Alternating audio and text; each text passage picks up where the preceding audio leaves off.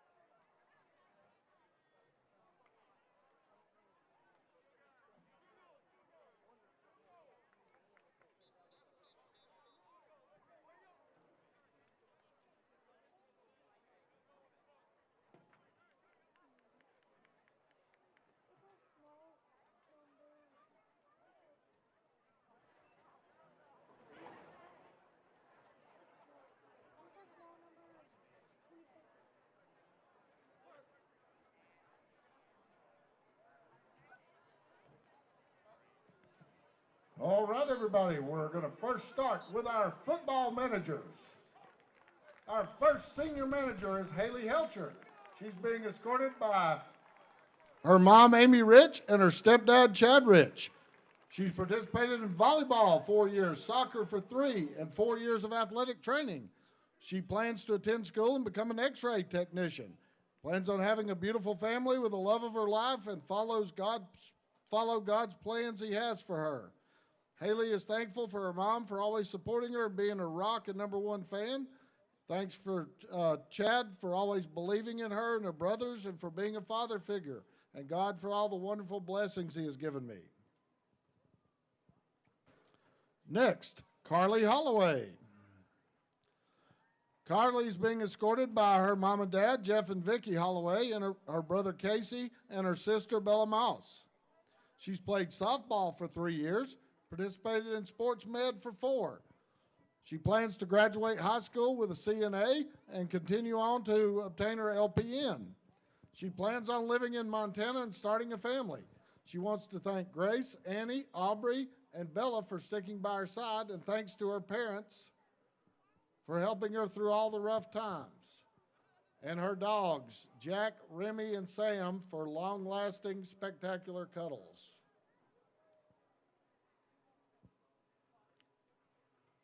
It is Carly Holloway. Our next manager is Avery Smithfoot. Avery's being escorted by her mother and father, Holly and Michael, and her brothers, Eli and Asa. She's played soccer for the Lady Panthers for 4 years. She's been a football manager for 1 year and pretty much managed wrestling her entire life. She's a member of the Beta and Student Council for 4 years and had the Chick-fil-A Leadership Award. She plans to become an occupational therapist. She'd like to thank her parents for loving her unconditionally, Asa for being the best sidekick, and Eli for being such a good older brother, and her grandparents for being her favorite people, and her friends for supporting her. Avery Smithfoot.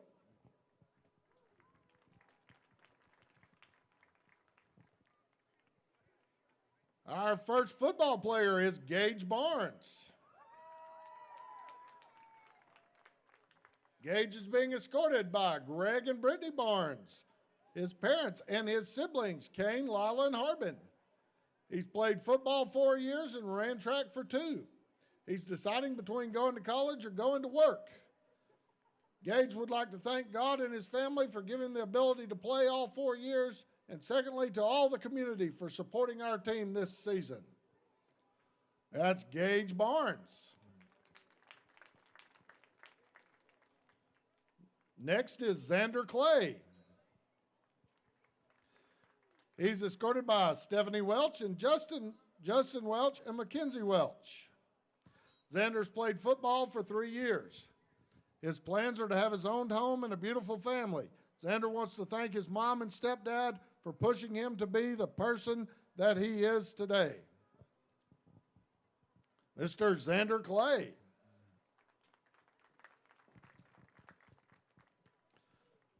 Next is Addison Garrett. Addison is being escorted by his aunt, Kristen Weidler, and Aiden Johnson. He's played football, basketball, and track, and he plans to go to college and study marine biology. Addison wants to thank his coaches and teachers, Miss Mandy, his Aunt Kristen, and especially his teammates. That is Addison Garrett.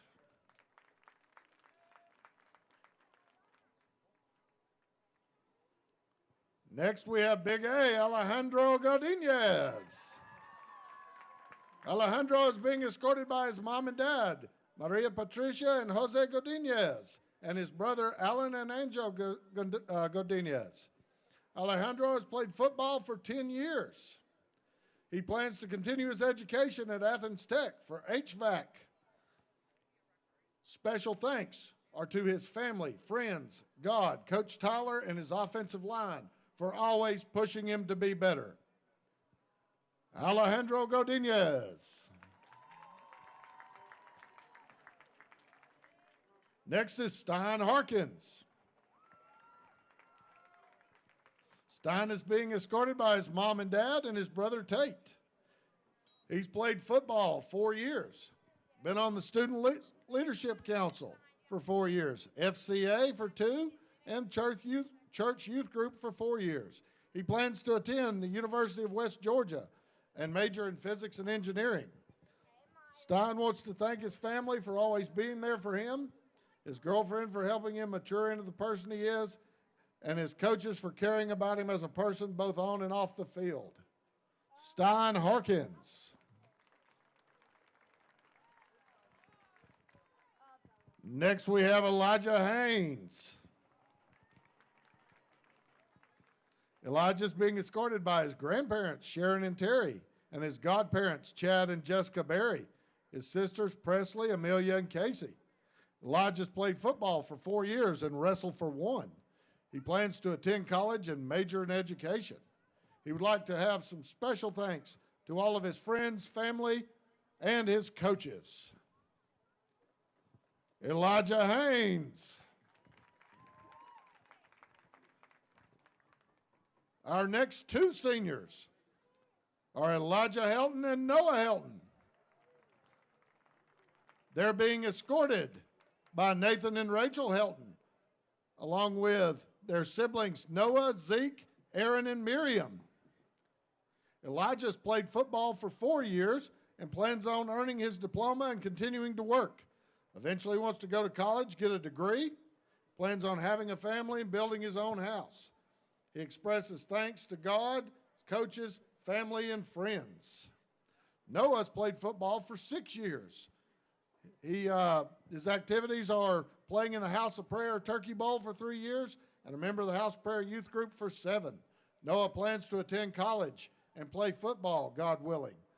Special thanks to all his family, friends, offensive line, coaches, and God most of all. Elijah and Noah Helton.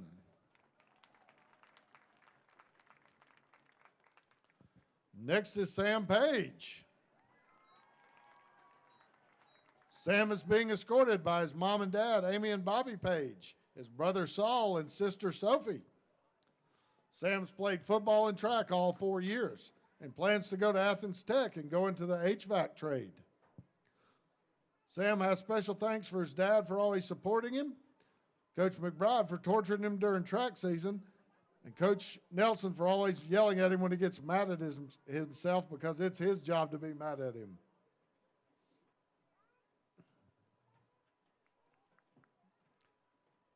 Everybody, Sam Page.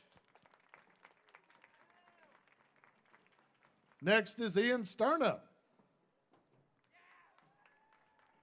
Ian is being escorted by his mother, Jessica Smith. He's played football for 3 years. He plans to work and eventually obtain a degree in engineering. He wants to thank his family, his coaches, his team, and God, and special thanks to Coach Parker. Ian Sterna, everybody.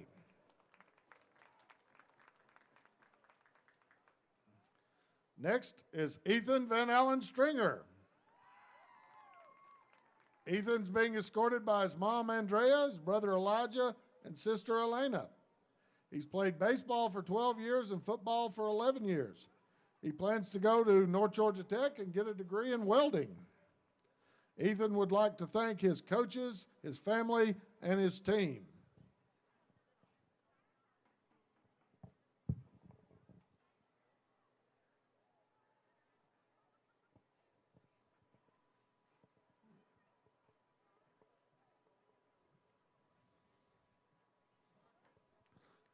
Ethan Stringer, everybody.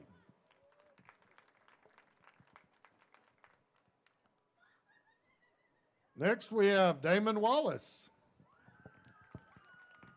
Damon is being escorted by his parents, Christy and Joshua Wallace. Also escorting Damon are his brothers, Micah and Connor Wallace, and his sister, Olivia.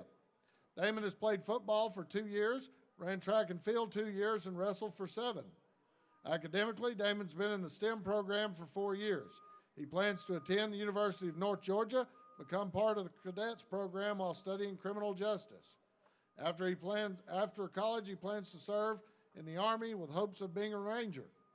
Damon would like to thank his mom, dad, grandparents, Miss Frizzell, Miss Cobb, all his coaches and team. Damon Wallace. Next is Wilson Walker. Wilson's being escorted by his parents, Kim and Tom Walker. Wilson's played football and soccer for 4 years and wrestled for 2. He's been a member of the SAG Club for 2 years.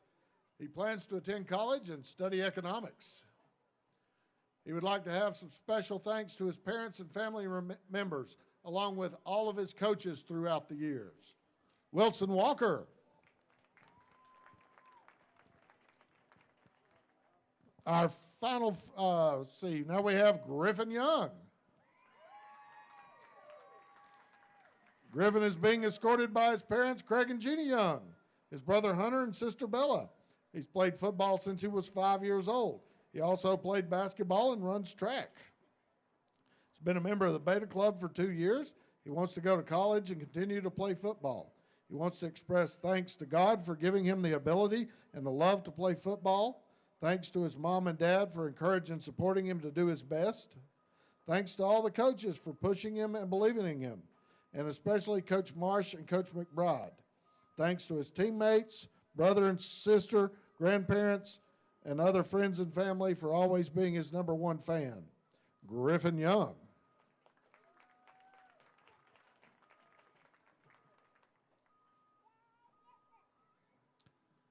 And while they're all out here together, let's give all these men and young ladies a big round of applause right here.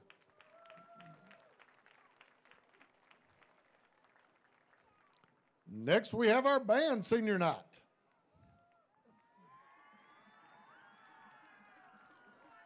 Our first senior is Julian Busby. Julian's being escorted by Keith Busby. He's been in the band for 1 year. His future plans are to attend UAB or the University of Alabama. He would like to thank his family, friends, and teachers.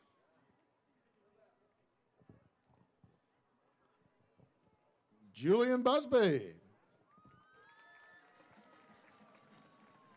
Our next senior is Alyssa Byers. Alyssa's being escorted by her mother, Cynthia Odom, and her brother, C.J. Byers. She's been a member of the band for 4 years. She plans to pursue a degree in biology at a four-year university and figure out things along the way. While she doesn't know what she wants to do quite yet, she trusts God will lead her down the right path. She would like to thank her mother for the hard work she has put into raising her and her siblings. Alyssa Byers. Next is Lacey Collins.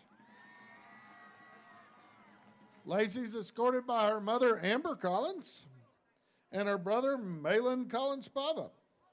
She's been a member of the band for 4 years. She plans to major in music education at Western Carolina or another school which fits her goal. She would like to thank Mr. Stafford for always pushing her to be her best. Lacey Collins.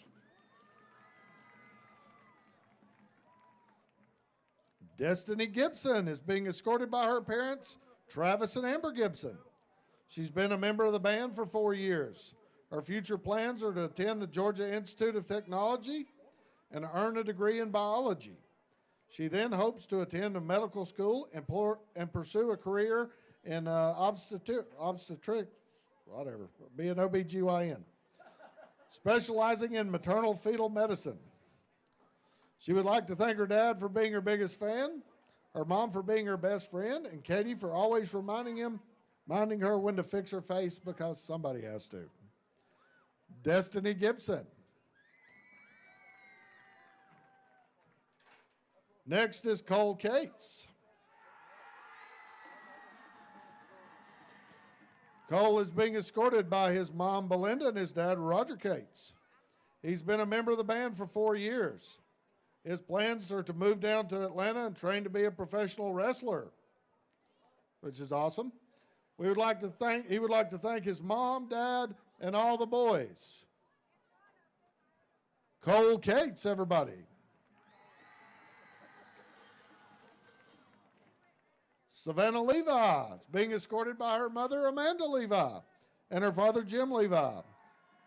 She's been a member of the band for 4 years. She plans to go to North Georgia Technical College for cosmetology.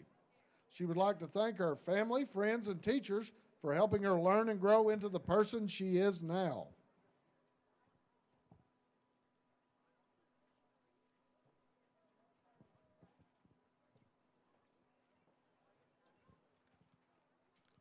Savannah Levi.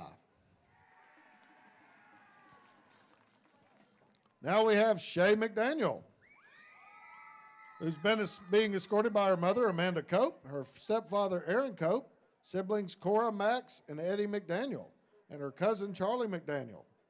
She's been a member of the band for 4 years. Her future plans are to attend a school for massage therapy and live life to the fullest with her friends and family, making sure to be happy and successful in life.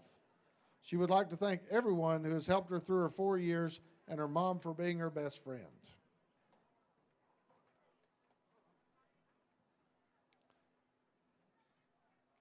Shay McDaniel.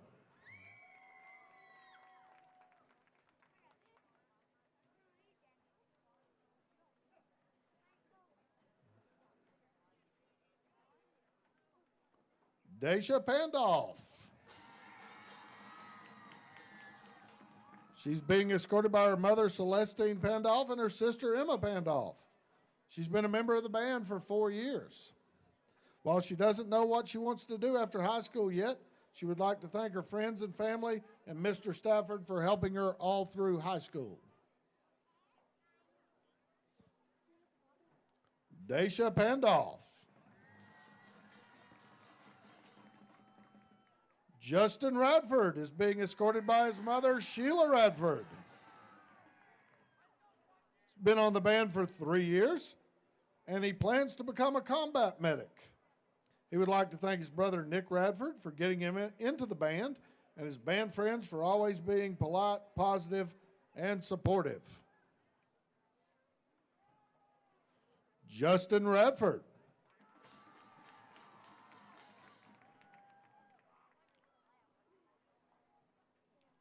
Olivia Walker is being escorted by her mother, Rebecca, her brother, Easton, and her sister, Avery Walker.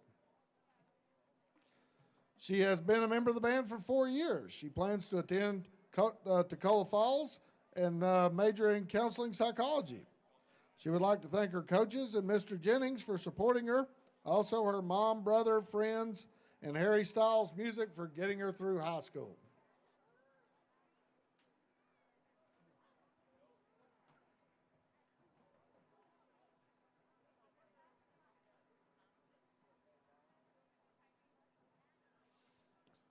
Olivia Walker.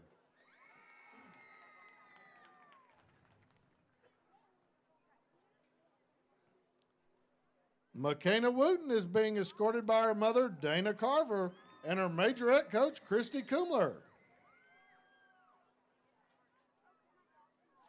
She's been a member of the band for 4 years. She plans to hike the Appalachian Trail, to work on a cruise ship as a fire performer, enlist in the military, and live an adventurous life and see the world. She would like to thank all her friends and fellow band members for supporting her, as well as her coach, Christy Kumler, for helping her grow into the person that she is now.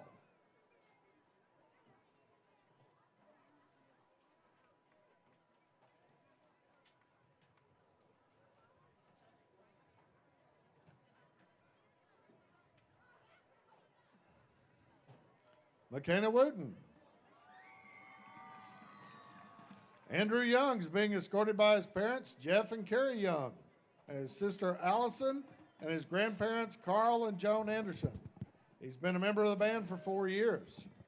His future plans are to enroll at the University of North Georgia, major in physics and engineering, and military leadership. He plans to complete the ROTC program and then enter military service. He would like to thank Mr. B for encouraging him throughout middle school years, Mr. Stafford for encouraging and supporting him throughout high school, his family, and God for the love, support, and guidance that made him who he is. Andrew Young.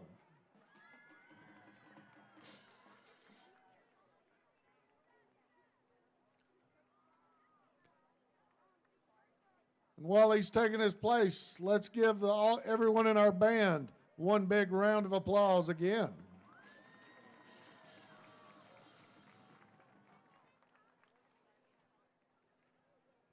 And now we get to the cheerleaders. Our first senior is Bailey Adams. Bailey's escorted by her parents, Chris and Susan Adams, her sisters, Maddie Hensley, and brother Logan. Bailey's been a member of the varsity football cheer team for 3 years and basketball for 4. She is currently a captain of the varsity basketball cheer team. After graduation, she plans to attend Mercer University and major in pediatric physical therapy. She would like to thank her mom, dad, sisters, and brother for all their love and support, her coaches for believing in her, Lucy for being her best friend, and a big thank you to her partner in crime, Lexi Starling, and she loves you all so much. Bailey Adams. Next we have Shay Carroll. Shay is being escorted by her mother and father, Chantel and Jamie Patterson, her sister Kelsey, her brothers Truett and Gavin, and her best friend Isaac. This is Shay's 3rd year as a varsity football cheerleader. She's been a basketball cheerleader for 4 years and is currently a basketball cheer captain. After graduation, she plans to attend Lipscomb to attain a master's degree in dietary nutrition. She would like to thank her mom and dad for all their continued support, and she would also like to thank her sisters and brothers for being her biggest supporter, and her best friend Isaac. Thank you for everything you do and the endless support and love. Next is Miss Kaylee DeFalco.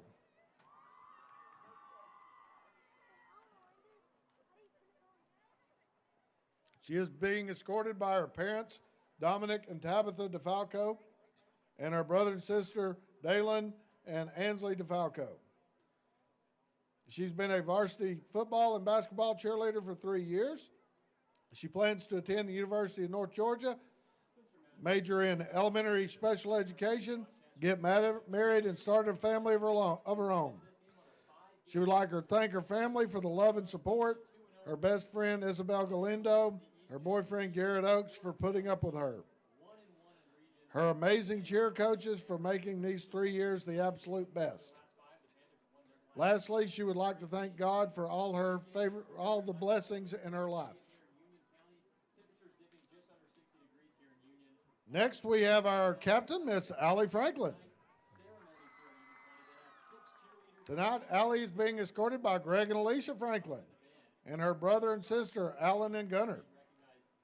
She's captain of the varsity football cheer team and has cheered 4 years.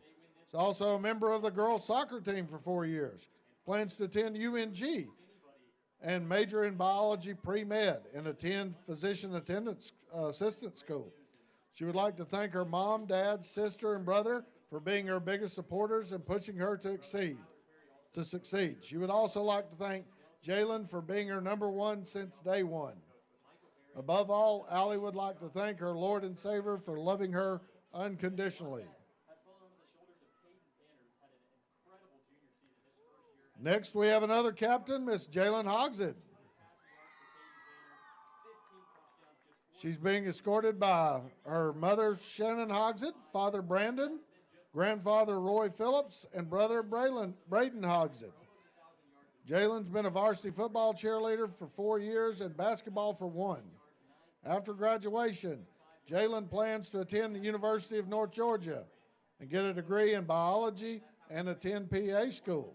Settle down in the small town, marry the love of her life, and start a family of her own.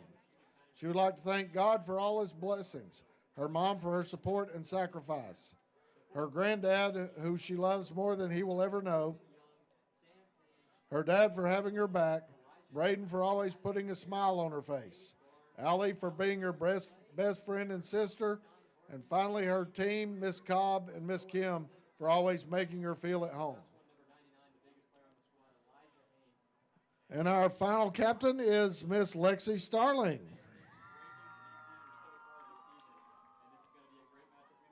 She is being escorted tonight by her parents, Alex and Kim Starling, as well as her brother, Matt, and sister, McKenna. Lexi's been a varsity football and basketball cheerleader for 4 years and serves as a captain on both squads. After graduation, she hopes to go to UNG, enroll in the police academy, move to Washington, D.C., and work at the federal level. She hopes to return home and start a family in this amazing community. Lexi would like to thank her family for supporting her and giving her confidence to push through the hard times. Chris Adams for helping her find her voice. Bailey Adams for always being there, and her cheer team for being a second family. Coach Cobb and Coach Starling would like to thank all of these girls for all their hard work and dedication. It's been a privilege to coach each of you. And one last time for these football players, managers, Pride of the Mountains band members, and cheerleaders, one big mountaintop round of applause to thank them all.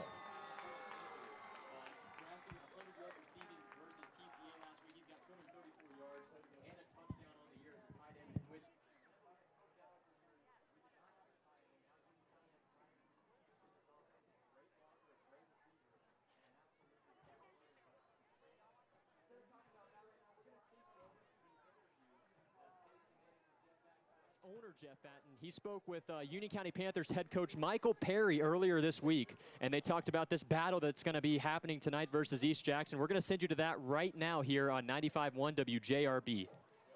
Of yardage and a lot of yardage that you gave up. Can you assess what you liked and what you didn't like about the shootout on Friday night, Michael? Pretty simple. We loved the first half, hated the second half. 35-7 at halftime. We come out, get the ball back, we go 3 and out, and then get a punt blocked. And that kind of changed the whole momentum of the game. If you look at Providence Christian, we talked about his offensive staff at halftime. We knew we were going to have to keep scoring because they had some really good players on that team. And if you look really in depth at their schedule, everybody their record may not be good, but the teams that they've played are very, very good. Things got to work on defense, but defense played great for us all year. We know we'll get those things fixed on that side of the ball. All right, so is it the defensive secondary that's giving you the problems, or were linebackers letting guys come out of the backfield and catch balls too easily? Where was the breakdown in all of the passing yardage? Biggest thing, Jeff, would be on the back end. We've had some injuries, but we're not going to make excuses on that in the secondary. We've just got to get guys in the right position and where they can make plays and be able to be successful. That's what we got to fix. Fixing it. Looking forward to East Jackson. Anything that you can hang your hat on as far as winning a close game? You guys have won some games pretty easily, but this one was one where you had to make a play down the stretch. Obviously, the big throw from Caden to Goebel. And, there's something to be said for making plays, even if you're frustrated about the fact that you had to make a play. Right. I believe it was 3rd and 27. And we knew if we played conservative, not playing for the first down, that we were going to have trouble stopping them, and the game would likely go in overtime. So we were all going for the first down on that final play. Caden Painter did a great job of extending the play. And then, fortunately for us, We had Jensen go ball on a wheel route. The guy covering him just fell down. Made that huge throw, and Jensen was able to get the first down, and that was definitely the play of the game. Can't say enough about our guys' heart. Like on offense, I know our guys, they knew they could score, and they believed that, hey, we're going to win this game. They did, and they willed us to victory. Very proud of those guys. 735 total yards, and a lot of that is Caden, 400 yards. But, 200 in yards rushing from Braylon Rader. But the stat that really jumped out at me was Tyler Grasty. He's not on my fantasy football team, but now maybe he is after picking up 100 receiving yards from tight end. Tyler Grasty has gotten better and better and better as the season has gone on. He plays a lot of our tight end fullback position as well, besides being a slot receiver. So we put a lot on him. And I can't tell you how, number one, intelligent that kid is. But he has a great attitude, willing to do anything and everything for the team. He's got a unique skill set that we're going to continue to utilize for sure. Did the lines grade up pretty well? Were you happy with both sides of the line? Yeah, offensive line played great. They kept Caden safe for the most part, and then we were able to run the ball for a lot of yards. So really proud, and the better we are being more balanced, it's going to be very, very hard for our defense to stop. Really proud of the offensive line. Defensive line, we didn't really get enough pressures, especially in the second half against that quarterback. We didn't affect him like we needed to, so we're definitely working on that aspect of we got to affect the opposing quarterback a lot better than we did the other night. Talking with Michael Perry as we get ready for the East Jackson team here in Blairsville tonight. East Jackson is a team that has played similarly to you. They beat Banks County pretty easily. They've had some other kind of comparable victories. This ought to be a pretty close game, Michael. Yes, sir. East Jackson, they're a much improved ball team. Coach Petzo there has done a great job of getting them better and better as the years go on there. They are the biggest offensive and defensive line we'll probably play all year. I know up to this point we haven't played a line of scrimmage like theirs, so we got our hands full, but I believe in our guys get the job done. We're ready for East Jackson. All right, so looking to go 7-1 tonight and all but wrap up a top 3 slot in Region 8 and, win this ball game, win the next one, Michael, and all of a sudden we're playing a home game in Blairsville. But let's get that goal. Let's get that East Jackson win tonight, okay? Yes, sir. Thanks so much, Jeff.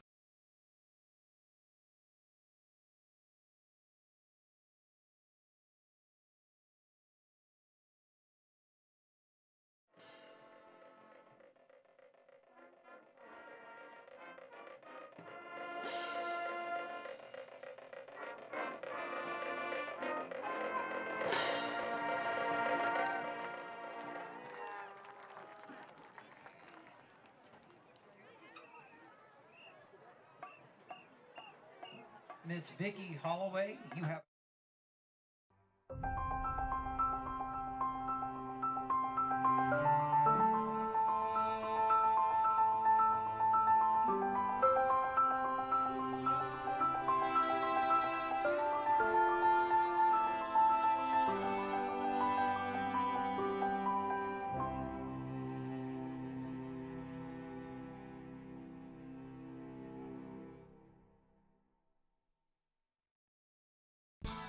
For over 30 years, Carter Insurance and Investments has provided the Union County area with quality and competitive products for life, health and disability insurance, as well as Medicare supplements. As an investment advisor representative, Carter Insurance and Investments can help you build an investment plan that's best for your financial situation. To learn more, stop by and meet our friendly staff. We're located on Young Harris Street across from the post office in Blairsville. For years, your source for sales, parts, accessories, and service for golf carts has been North Georgia Golf Carts. Now they're at a new, more convenient location. Owner Rick Goddard and staff are there to assist you with all your golf cart needs. They sell and service all types of golf carts, from E-Z-Go to Club Car to Yamaha. And they provide pickup and delivery for any service work. That's North Georgia Golf Carts, now located east of Young Harris near the intersection of U.S. Highway 76 and State Highway 17 North. When you combine quality products, excellent customer service, and the best prices in the area, the result is Hemp Hill Vinyl Siding and Metal Roofing. In business since 1963, Hemp Hill Vinyl Siding and Metal Roofing has served the surrounding area with a variety of home improvement supplies. Everything from vinyl siding in many colors, trim pieces, shutters, soffits, vents, and accessories. Hemp Hill Vinyl Siding and Metal Roofing. located west of Blairsville on Highway 515. Locally owned since 1980, Leon's Flooring is your full-service flooring store with the largest showroom in the area, guaranteed to save you money with over 50 years of total sales experience. The folks at Leon's Flooring are experts in ceramic tile, carpet, hardwoods, and vinyl, located at 568 Murphy Highway in Blairsville, next to the Mexican restaurant and across from Mike's Seafood. Leon's Flooring, call them today at 706-745-9433. Oh, and by the way, say hello to Diesel while you're there. Constantly challenging ourselves as a college means more learning opportunities, better teaching, more innovative programs, greener facilities, a stronger community, and happier students. Every choice we've made reinforces our mission to help educate, inspire, and empower you. Young Harris College. This is the place where your future unfolds. Union County was up 35-7 at halftime. They were outscored in the second half 42-21, but they ended up winning that game thanks to a Caden Tanner 3rd and 30 conversion that put them first down territory around the 15-yard line of PCA, and they got to run the ball out, and Union County moved on to 6-1 on the season. And then East Jackson, coming off a hard-fought battle versus Fellowship Christian Academy, they lost that game 30-14, but FCA, a pretty good squad, and that's a good game for East Jackson. Their first loss in 5 weeks. They were on a 4-game win streak before that. They're coming into this game with a bye week, but before we get to the game here, I had a chance to sit down with Union County Panthers players from the trenches, 2 of them, one an offensive lineman and Noah Helton, and the other one a defensive lineman and David Heredia. And we're going to send you over to that right now, so listen in here on 95.1 WJRB. Spencer Mathis alongside Union County Panthers junior defensive lineman David Heredia. David, this defense has 24.5 sacks through 7 games this season. How are you guys so good at getting to the opposing team's quarterback? We're getting time from the safeties and the corners and letting our linebackers kind of do their thing. They're getting through the line. And you have 2 sacks and 9 quarterback hurries so far this season. Talk about your progression as a pass rusher in the 3-down lineman set that you guys run here at Union. I started off slow and just slowly worked my way up, gotten faster, learned how to use different pass rush moves. That's about it. And the defense has really been the staple of this team for the majority of the season. How have you guys been so successful so far, and how will you guys maintain that success through the last 3 regular season games? We just come out and lay some wood, keep it hard to run the ball and kind of intimidate them a little.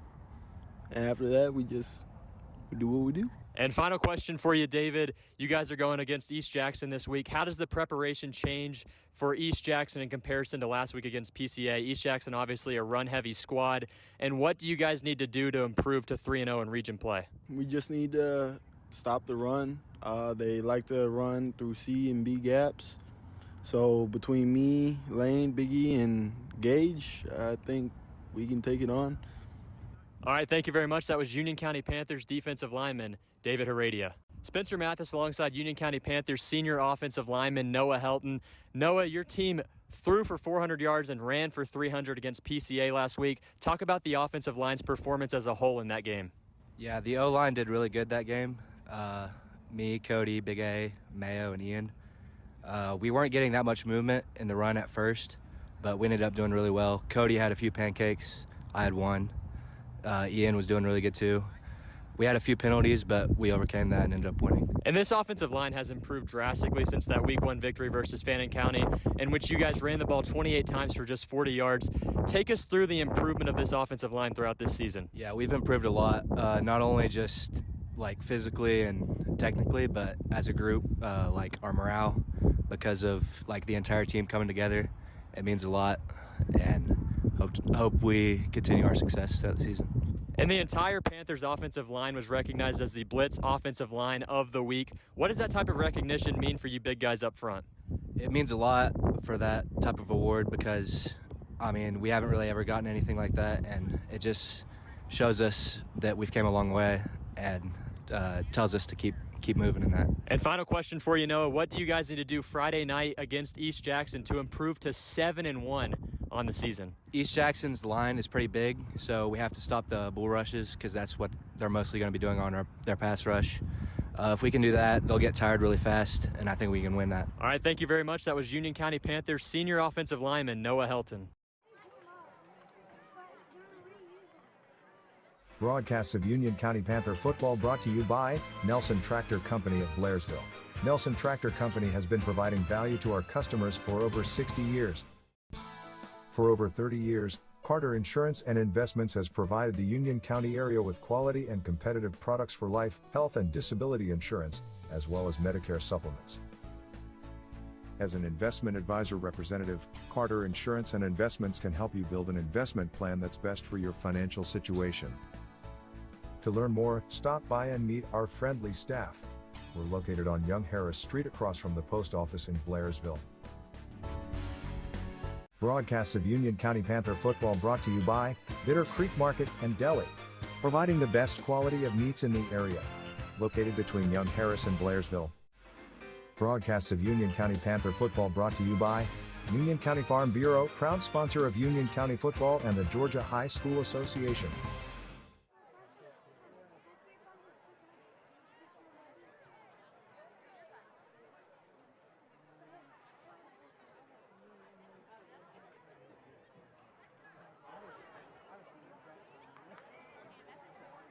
For years, your source for sales, parts, accessories, and service for golf carts has been North Georgia Golf Carts. Now they're at a new, more convenient location. Owner Rick Goddard and staff are there to assist you with all your golf cart needs. They sell and service all types of golf carts, from E-Z-Go to Club Car to Yamaha.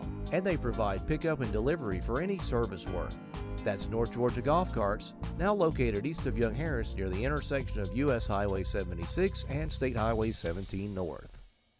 Get your prescriptions filled in minutes at Brasstown Pharmacy Drug and Gun in Blairsville. Flu shots, the PCR COVID test, regular COVID test, or antibody test today. Brasstown Pharmacy is your go-to pharmacy for curbside pickup, personalized compounded medications, and more. And we're loaded with a full line of firearms, ammo, and gifts. Brasstown Pharmacy Drug and Gun is the best bang for your buck, behind McDonald's in Blairsville. Call or text 706-745-2303. Once again, today's game day sponsors, Nelson Tractor.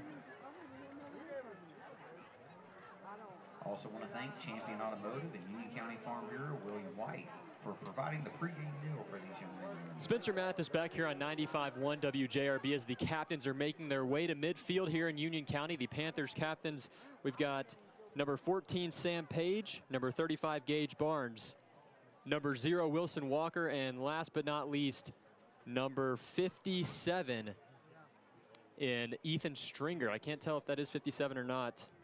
67, of course, that's Noah Helton, the guy that I got to interview earlier on this week. He's a great offensive lineman for Union County. This is going to be a big game for Noah Helton. This is probably going to be the most tested they're going to be offensively and defensively, and that's coming this week with East Jackson running the ball over the place. Union County last week faced the first team in PCA that threw the ball, and they threw the ball for most of the game. I mean, they put up 42 points in the second half against Union County. I think Union County fares better in a run-type game, and their linebackers and defensive linemen have done a great job all season, but tonight it's going to be an even bigger test than usual with the size of these offensive linemen and defensive linemen for the East Jackson Eagles.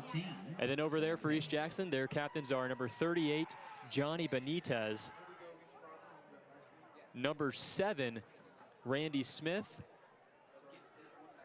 and then, of course, number 2, Gary Maddox, and then the last but not least captain, number 58, or 56, correction, number 56 for the Eagles, Josh Stanzel. So they're meeting at midfield right now. We're about to see who wins this coin toss and who gets the ball first. I think this game's going to be more high scoring than usual. You have East Jackson coming into this game winning 4 of their last 5. Of course, going to run the ball a ton. They've got a great defense, though, for the East Jackson Eagles. I mean, their defense has forced 18 turnovers this season, 8 interceptions through 7 games, 10 forced fumbles.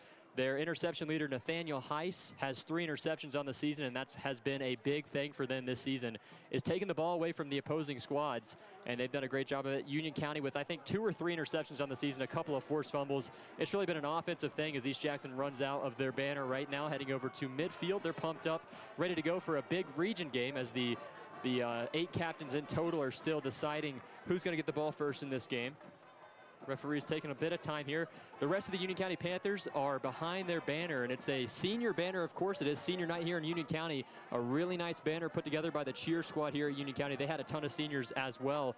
There were 6 cheerleaders that were seniors that were recognized, and then you also had 3 managers, 14 players, and 12 band members. So a huge senior night here in Union County, one of the biggest we've seen. I think 35 in total. And the official coin toss is coming. Let's see who will get the ball here. Handshakes at midfield between number 14, Sam Page, number 0, Wilson Walker, Gage Barnes, and Noah Helton, correction. Still at midfield. And they're going to run back behind the banners. Union County is going to be ready to run through their banner, a beautiful banner. Let's see who leads the charge for Union County here. Just 50 seconds from kickoff. As the band starts playing, and here come the Union County Panthers. Trying to move on to 3-0 on the season in region play and 7-1 in totality. Wilson Walker leading the way for the Panthers. And then, of course, Gage Barnes with the American flag for Union County, the usual guy to carry the flag. They've got the purple smoke, and they are ready to play here in Union County. We've got about 30 seconds until kickoff, as the cheerleaders also make their way through the smoke to the sidelines. Still not quite sure who won the toss in this game and who's going to receive first.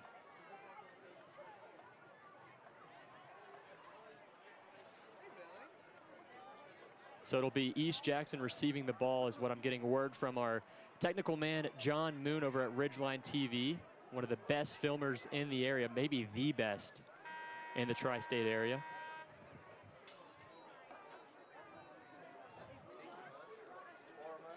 Yeah, I'll take some money.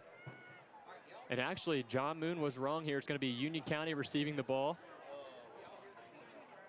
So Union County will send back to return number 12, Jensen Goebel, and of course, number 6, their do-it-all guy, Griff Young, a senior for Union County. Of course, Jensen Goebel, a junior here in Union County. He's got one more year after this, and this is a huge year for the Panthers. A ton of graduating seniors, and they're going to make it all count here tonight. Looking to move on to 7-1 as the kickoff is going to be coming from the East Jackson Eagles. Number 38, one of their captains actually, and Johnny Benitez. Kicking it off from the 40-yard line, looking to put toe to leather to get this game underway here at Mike Caldwell Memorial Stadium. Benitez's kick is going to be fielded at the 10-yard line by Jensen Goebel. He's got some room to return to the 15, to the 20, down to the 25-yard line. And he's going to be taken down by a pack of Eagles. And that's where Union County will start this drive. 1st and 10 from their own 26-yard line. Offense put up over 700 yards last week. I mean, 300 rushing yards, over 400 passing yards. A huge game for Braylon Rader. 2 touchdowns, over 250 total yards. And also Caden Tanner putting up 7 touchdowns in that game, 4 through the air and 3 on the ground. So Union County starting this game 1st and 10 from their own 26-yard line.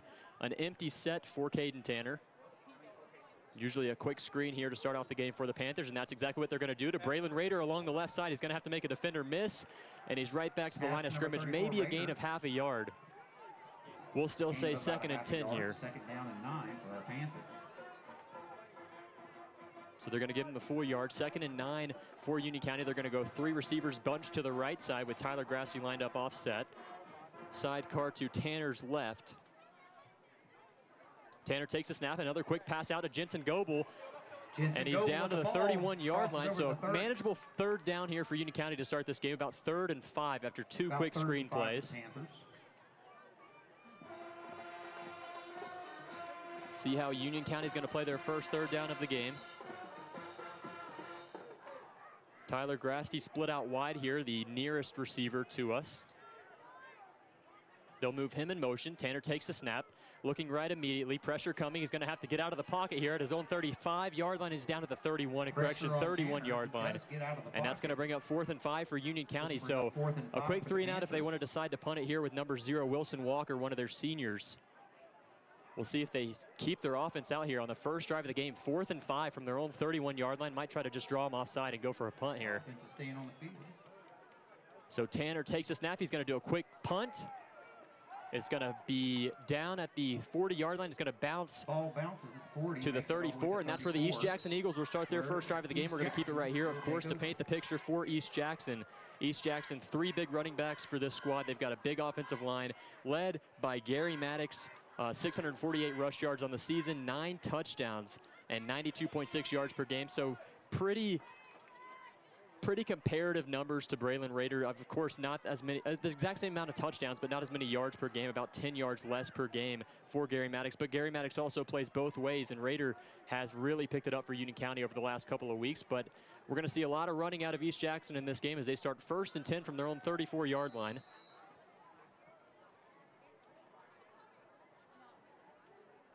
Field general for the Eagles is Drew Richardson. First play, quick little handoff there, a gain of about 4 yards. Quick little handoff for East Jackson. A handoff to number 4, Deacon Williams. And that's going to bring up 2nd down and 6. Tackle made by Seth Rutan. 2nd down, same formation for the Eagles. Another quick handoff here, and that play is going to be stuffed at the line. And it's going to bring up 3rd down and 6. Nice job by Union County's defensive line there, winning the trench battle. It's going to bring up a 3rd and 6 for the East Jackson Eagles here early on their first drive. They're going to have 2 receivers split out to the right here. Union County has a couple of linebackers creeping at the line here. The defensive line ready to go. Of course, the same 3 down lineman set that we always see in Lane Lance, Elijah Haynes, and David Heredia.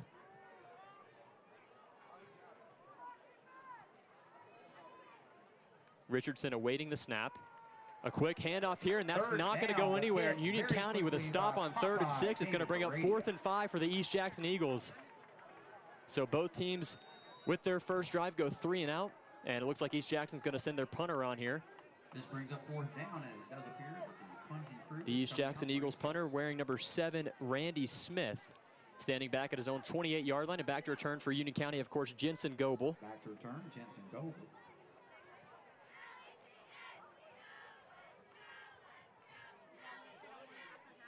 Here comes the punt, and Goebel's going to have to step away from that one as it's going to roll all the way down to the Panthers' 19-yard line. A pretty good punt there coming from number 7, Randy Smith. And Union County is going to start 1st and 10 from their own 19-yard line. Both teams go 3 and out on their first drive, both gaining about 5 yards. So a pretty good defensive performance by both squads here to start the game. And Union County's offense will come back onto the field with Braylon Rader being the setback on this drive. Early on in this game, we're going to see a little bit of Connor Shucknick as the game goes on. Panthers will start 3 receivers to the right here. Tyler Grasty being one of those, with Jensen Goebel and, of course, number 6 for Union County, Griff Young. Far receiver Zach Taylor. Tanner takes a snap. It's going to be a quick handoff to Braylon Rader. He tries to bowl his way over. He's going to gain about 2 yards. 2nd down and 8. Had to fight for yards there. A gain of just 2 for Union County. Very big defensive line for East Jackson with their nose tackle wearing number 50. That is, of course, Tyquise Gresham. Tanner awaiting the 2nd down and 8 snap. He's going to motion out Braylon Rader. It's going to be a quick screen to Rader along the left side. He's got a gain of about 8. He's got a first down. He's down to the 35-yard line. A nice run by Braylon Rader after the reception on the quick little screen. Union County's now got it at their own 36-yard line. First down of the game for either squad. Just over 8 minutes left here in the first quarter of play. Far receiver and the nearest one to us, Griff Young. Tanner takes the snap. It's a quick handoff to Braylon Rader. He's going to quickly gain 6 yards, slashing his way up the field down to the 42-yard line. And another quick 6 yards. 2nd down and about 4 for our Panthers. So it's going to bring up 2nd down and 4 for Union County. 2 receivers to the right, 1 to the left. Still Braylon Rader in the backfield. Tanner takes a snap, looking right immediately. He's going to find Jensen Goebel, and a tackle is going to be made at the 37-yard line. A nice tackle in space by number 5, Nathan Heiss. And a loss of yards there on 2nd down for Union County. It's going to bring up 3rd down and 8. 3rd and about 8 for our Panthers. 2nd drive for the Panthers. Rader the tailback still. Grasty split to the right alongside Griff Young. Man in motion's Jensen Goebel. Tanner takes a snap. It's a play action pass. He's looking for Grasty. Grasty's not looking for the ball, and it's going to fall incomplete. Tight coverage there from the Eagles, and luckily both players weren't really expecting the ball. Tyler Grasty was somewhat open, had a little bit of an advantage, but didn't turn around in time to look for the ball. It's going to bring up 4th down for Union County. 4th down and about 8. Looks like the same formation that they had on the previous 4th down, so most likely a punt coming here from Caden Tanner, and it is. It's going to go out of bounds. Let's see where the referee is going to spot this ball for the Eagles. Their second drive of the game is going to start at the 39-yard line. So the Eagles with good field position to start their second drive of the game. Union County, of course, picks up 1 first down on the first drive. Let's see how the defense fares.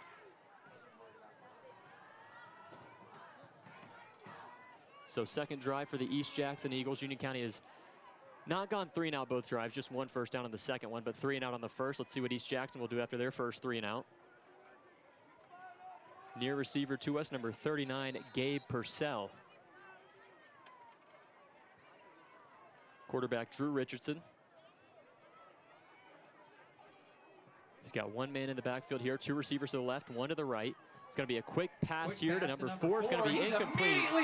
I don't think that's going to be a fumble. It's going to be an incomplete pass. But they are calling it not a fumble. Intended for number 4, Deacon Williams, a running back that has the 2nd most receiving yards on the East Jackson Eagles, but he drops that one. It's going to bring up 2nd down and 10.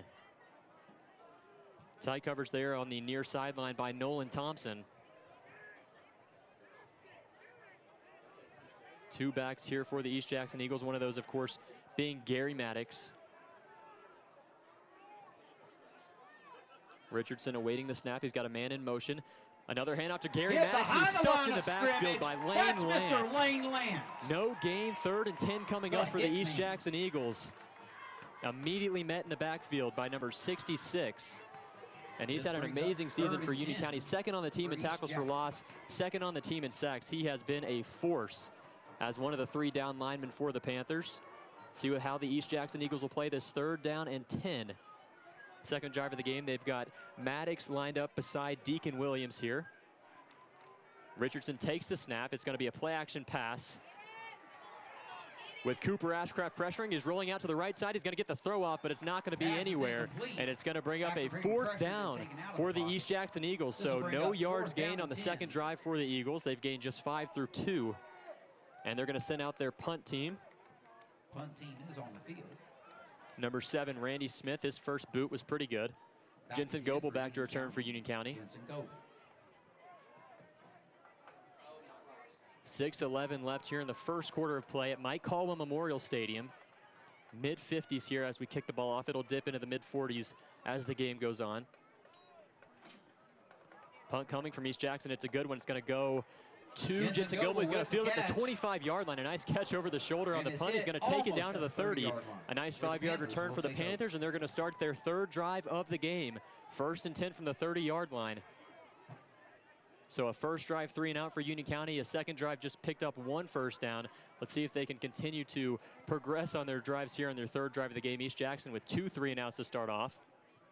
Both teams have had the ball twice, and we're only 6 minutes into this game as the Panthers offense makes their way out of the field here. And no Caden Tanner, so it's going to be number 6, Griff Young, taking the first snap of this drive. We've seen this a lot this season so far, especially over the last 2 or 3 games. Young takes the snap. He's running to the right side. He's got really nowhere to go, and he's going to lose 5 yards. Griffin Young with the ball. Great contained by the East Jackson Eagles, and a loss of 5 is the result on the QB run by Griff Young. So 2nd and 15 coming up for Union County. We'll credit that tackle to Gary Maddox. 2nd down and 15 coming up. 2 receivers to the right, 2 to the left for Union County, with the tailback still being Braylon Rader. Tanner back in for the Panthers. Takes a snap, looking right. He's going to try and look deep, but he's going to have to roll out to the left side. He's got the pass off, looking for Jensen Goebel, but just over his head. Nice job by Tanner escaping the collapsing pocket, but just a little bit of an overthrow under pressure, looking for Jensen Goebel in the flats. 3rd down and 15 coming up for Union County here. Both teams playing great defensively and a ton of pressure for the East Jackson Eagles. Union County's doing a great job stopping the run so far. Trips formation to the right for Union County. Tanner takes the snap, looking right. Looking downfield for Jensen Goebel, and he makes a catch. A nice catch by Jensen Goebel over the shoulder. Not an easy catch to make it. A gain of 20 and a first down for Union County, down to the 45-yard line. Just a 2nd first down in this game. And Union County has it 1st and 10 at the 45, and they're going to be quick to the line again, of course. Tanner takes the snap, a quick little pass over there to the right side to Griff Young. It's completed for a gain of about 5 or 6. Griffin Young makes it to the 50. That'll bring up 2nd down and 4 for Union County. They'll spot him at the 50, so 2nd and 5. Panthers moving quickly back to the line. 3 receivers to the left now, 1 to the right. That's Griff Young on the right side with Braylon Rader, the sidecar to Tanner's left. Rader, a quick handoff. And he's going to pick up a gain of about 5, and that's going to be a Union County Panthers 1st down. A nice run by Braylon Rader. So the Panthers have it past midfield for the first time in this game. 1st and 10 at the East Jackson Eagles 44-yard line.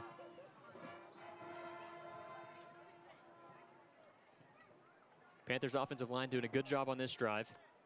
Tanner takes the snap here, looking right downfield for Griff Young, and the pass is going to be completed down to the 25-yard line. They're trying to bring him down. He's going to pick up 3 extra yards. A huge gain for Griff Young, and he's got the Panthers into the red zone. 1st and 10 at the East Jackson Eagles 18-yard line. Big gain for Griff Young.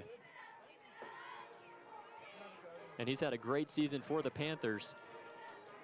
3 receivers to the right again for Union County, one of those being Tyler Grasty.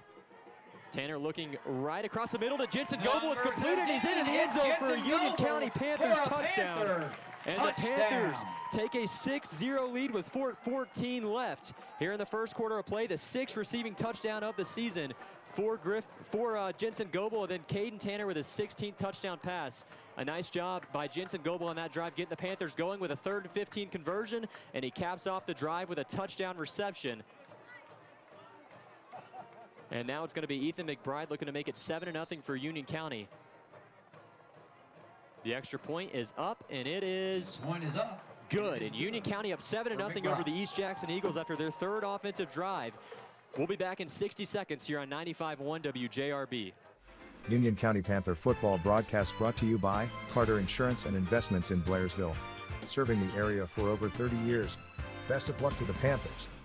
When you combine quality products, excellent customer service, and the best prices in the area, the result is Hemp Hill Vinyl Siding and Metal Roofing.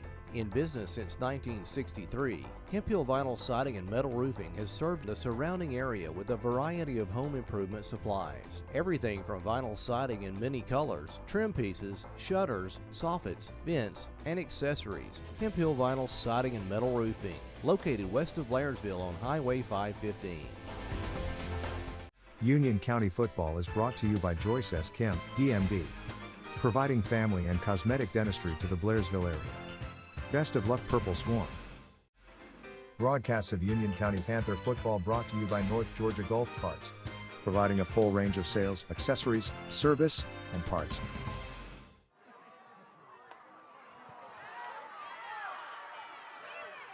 Back here on 95.1 WJRB as East Jackson returns the kickoff past midfield. A great return for East Jackson. Let's see where they're going to mark him here. A good return after the kickoff by Zariel Mancias. Right at midfield is where the East Jackson Eagles will start their 3rd drive of the game. 2 3-and-outs the Union County Panthers have forced, but now a pretty short field here for the Eagles. Trailing 7-0 after a Jensen Goebel touchdown reception. Eagles offense heads out onto the field. Richardson, the quarterback, 2 running backs lined up beside him. Richardson takes the snap, a quick handoff, a gain of about 3 yards. Tackle made by number 40, David Herrady. I got a chance to sit down with him and have an interview earlier on today. And David Herrady said, we're just going to lay the wood. We're going to continue to play the same amount of football that we've been playing, the same quality. And he's done a great job for the Union County Panthers this season. And 4 down linemen for Union County right now, something that you don't often see. And it looks like the cadence of the East Jackson Eagles may have drawn the Union County Panthers offside. Flag on the play. Number 35, Barnes looked to jump offside there.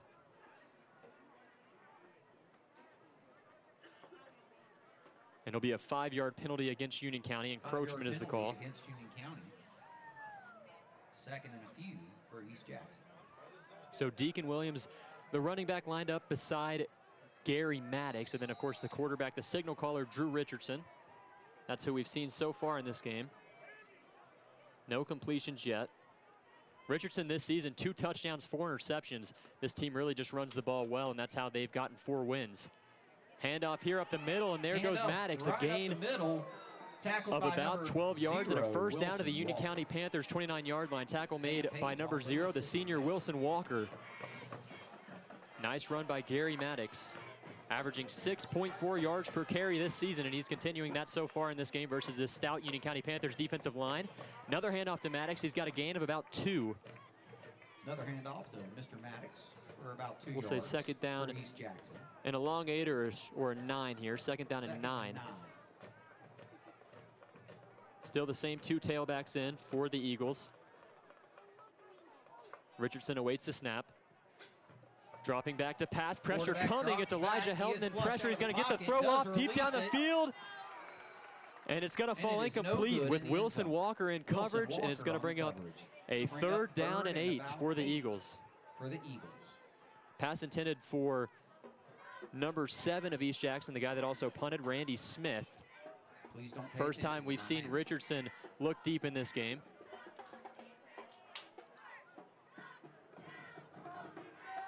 As he'll stay on the field here for this third down and 8.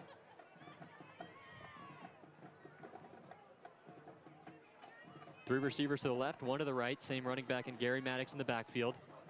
Richardson puts Maddox in motion, looking to the right side. Pressure coming immediately, and the pass is going to be overthrown and incomplete.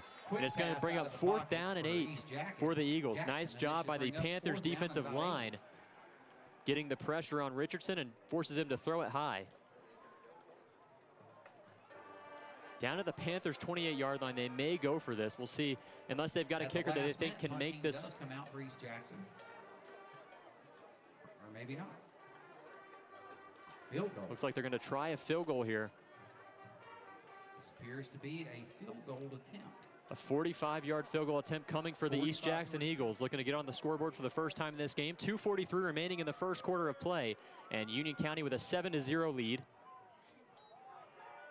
The kick from East Jackson is up, and it is no good, wide to the left. And Union County's going to take over first and 10 from their own 28-yard line. 28-yard line. We'll keep it right here on 95.1 WJRB. 2:38 left here in the first quarter of play. If you ever get here early before See if we see some Connor Shucknick on this drive for Union County. A couple of good drives for Braylon Rader. May get a break here. Jim Brown office for tailgating from 5 to 6. East Jackson started at the 50-yard line, got it down to the Panthers' 28. The Panthers are going to start first and 10 from their own 20 after the missed field goal attempt. 3 receivers to the right for Union County. Still Braylon Rader in the backfield. A handoff to him on an inside zone, and he's back to the line of scrimmage. Makes it to about the 20-yard line. So a 2nd and 10 coming up for the Panthers. They're going to go 2 receivers to the right, 2 to the left. Tanner awaits the snap. He claps, tries to draw East Jackson offside. And here comes the flag from the near side referee. Flag from the near side referee. And it's going to be against East Jackson, so move the Panthers up 5 yards. 2nd down and 5 coming up for Union County, a free 5. Offside called against East Jackson. And Union County trying to get one of their receivers off the field. That's Zach Taylor. Connor Shucknick will come into the game for the first time on offense. Lined up to Caden Tanner's right, man in motion for Union County. Braylon Rader. Quick screen pass over there to the right side to Griff Young. A nice block by Braylon Rader. He's down to the 32-yard line. They'll put him down around the 33. 1st down and 10 for Union County. First down. Gain of about 8. On the quick screen pass over there to the right side to Griff Young. Once again, special thanks to Cook Young with a huge game last week versus PCA, especially in the first half of play. A couple of tough touchdown catches for him. And he has had a great season. He's up to 5 touchdown receptions, 461 yards, and he's averaging 66 receiving yards per game. They're going to get him another screen here to the right side. Another quick screen. He fumbles the ball, though. Let's see who recovers it. East Jackson saying it's their ball, and it is. East Jackson recovers the So fumble. East Jackson's going to take over at the Panthers' 39-yard line. About the 35. A couple of quick screens over there to Griff Young. That time, a couple of players for the Eagles tried to make the tackle. They stripped the ball out of Griff Young's hand. And that's where they're going to start 1st and 10 at the Panthers' 39-yard line. We'll keep it right here for the fourth drive of the game for the East Jackson Eagles. They're huddled up at their 45, working over now onto the field at the 39.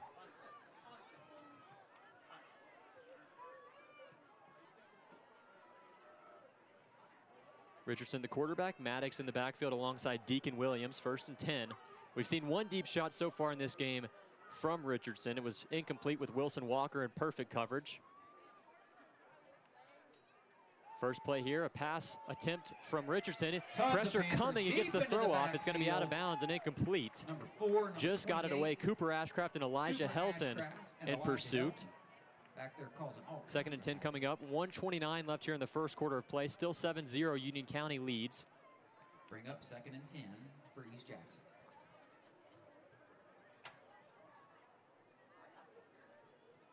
Near side cornerback Nolan Thompson. And then over there on the far side, Cade Dockery.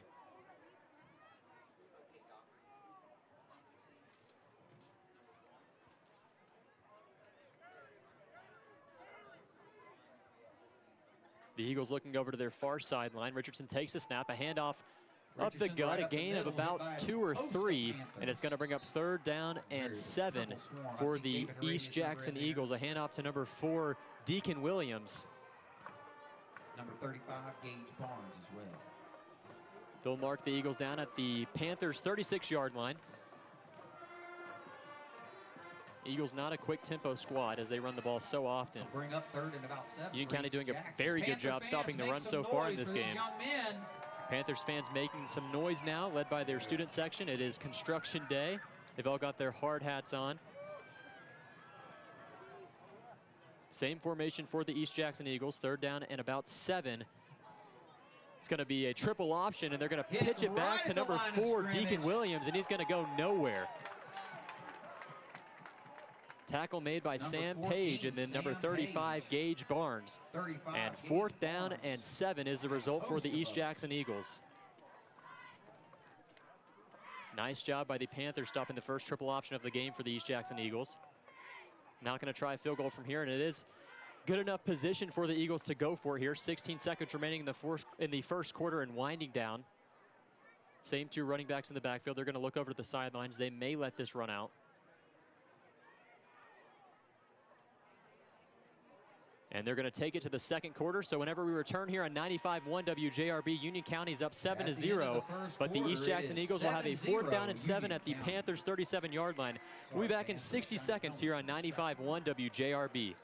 Locally owned since 1980, Leon's Flooring is your full-service flooring store with the largest showroom in the area, guaranteed to save you money with over 50 years of total sales experience. The folks at Leon's Flooring are experts in ceramic tile, carpet, hardwoods, and vinyl, located at 568 Murphy Highway in Blairsville, next to the Mexican restaurant and across from Mike's Seafood. Leon's Flooring, call them today at 706-745-9433. Oh, and by the way, say hello to Diesel while you're there. Check out North Georgia Water Sports in Blairsville for all of your watercraft wants and needs. Offering inventory loaded with new and used watercraft, including Avalon, Tahoe, Tracker, and Sun Tracker boats. Whatever you want, they got. North Georgia Water Sports also offers a service department with highly trained technicians during all business hours. Don't forget to winterize your boat at North Georgia Water Sports. Call 706-835-1222. Visit NorthGeorgiaWatersports.com or stop by 2132 Murphy Highway in Blairsville. Back here on 95.1 WJRB as the Eagles will face a 4th down here to start the second quarter of play with Union County up 7-0. Let's see what they're going to do here. Looks like they're going to go for it here. Richardson's going to throw a quick bubble pass out to the left side. It's a trick play and a wide open receiver downfield, and that is a touchdown to number 3, TJ Jackson. A trick play on 4th and 8 for the East Jackson Eagles, and they converted. A beautiful throw by one of the receivers over there for the Eagles, and way open down the field was TJ Jackson, about 40-plus yards downfield. He made the catch around the 5-yard line and just ran it in. And East Jackson has an opportunity to tie it up at 7 here, just 8 seconds in to the second quarter of play.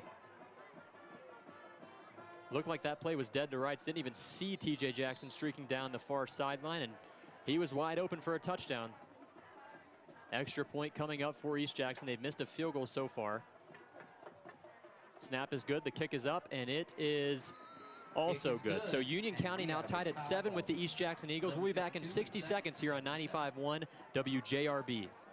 Broadcasts of Union County Panther football brought to you by the Family Medical Practice of Thomas Karisny, MD, in Blairsville, serving Union County and the Mountain area.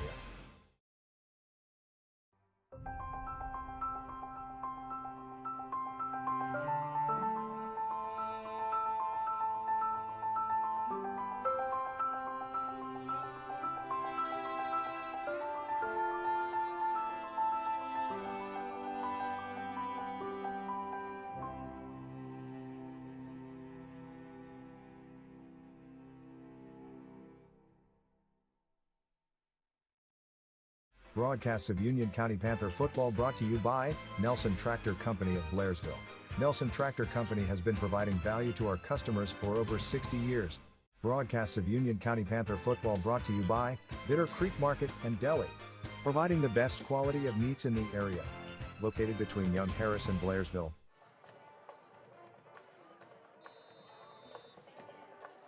Spencer Mathis back here on 95.1 WJRB as Benitez gets ready to put toe to leather, and the Panthers offense ready to come back out here. Jensen Goebel back deep to return for Union County. He's going to field it around the 11-yard line, down to the 15, up to the 20, up to the 25. Got a little bit of space, and he's up to the 32-yard line. A nice return by Jensen Goebel. And that's where Union County will start this drive. Previous drive ended on a Griff Young fumble, but Union County looking to right that wrong here. Tied up at 7 with 11:45 left here in the second quarter. Panthers offense makes their way out of the field. Braylon Rader still the tailback. Ethan McBride in at receiver for Union County on the near sideline. Jensen Goebel in the slot, and Griff Young, the receiver, split out furthest outside. First down and 10, a handoff to Braylon Rader.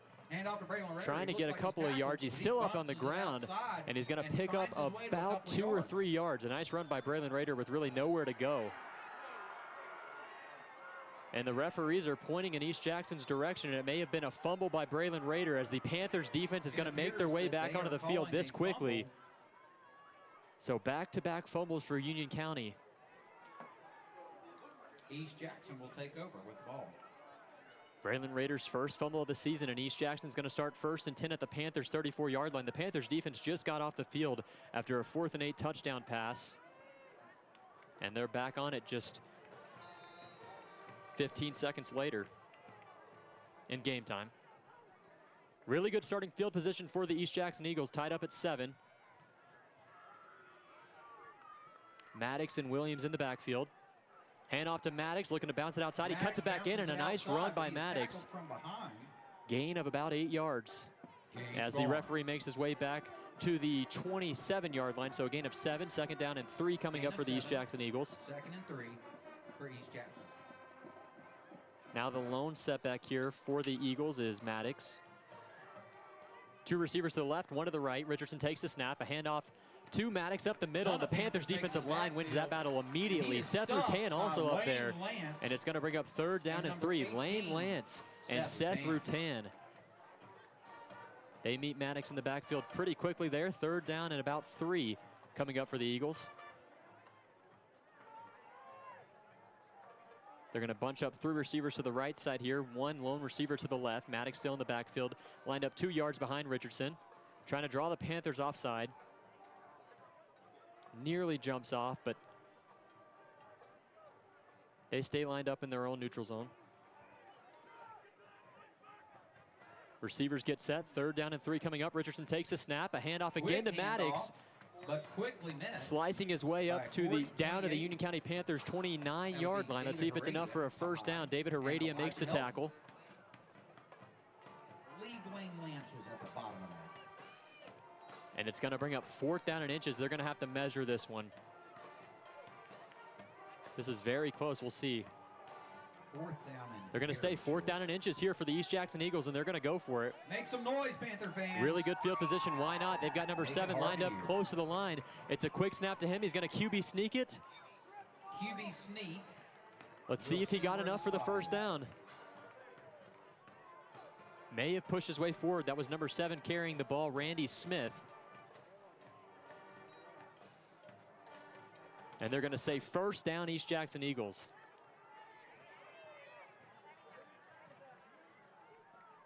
A nice QB sneak there for East Jackson. And now it looks like they're going to bring the chains out here. One of the referees signaled a first down for East Jackson. Instead, they're going to bring the chains out and just make sure.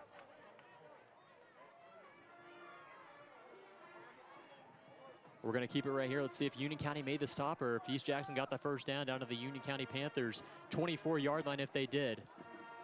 Wow, the chain crew is measuring. Chain gang making their way over to the 24-yard line. Eagles, West Printing, Iron Mountain Vince, and WJRB 95-1. Let's see what the spot's going to be. Union County. And they spent their matches. It's going to be short. Union County Panthers offense is going to take over again. The Panthers make a stop on 4th and inches. A QB sneak by Randy Smith is stuffed by the Panthers defensive line.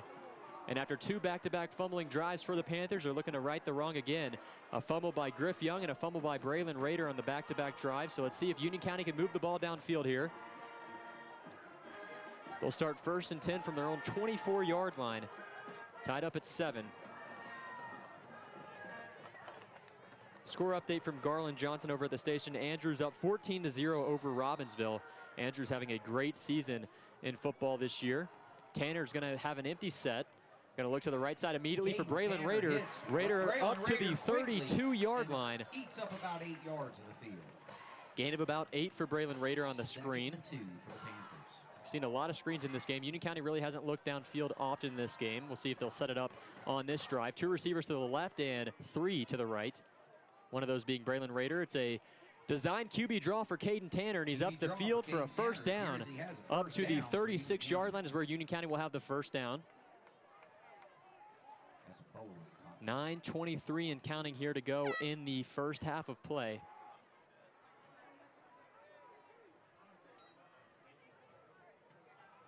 Panthers offense moving back quickly here.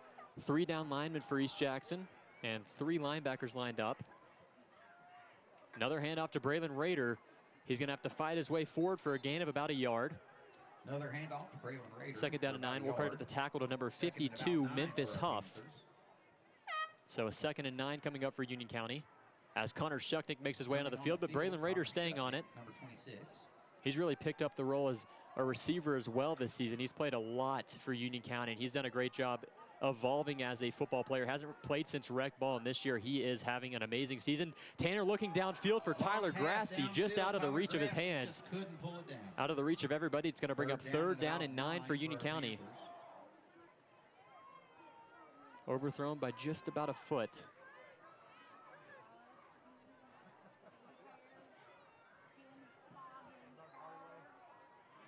Ethan McBride makes his way onto the field for the Panthers.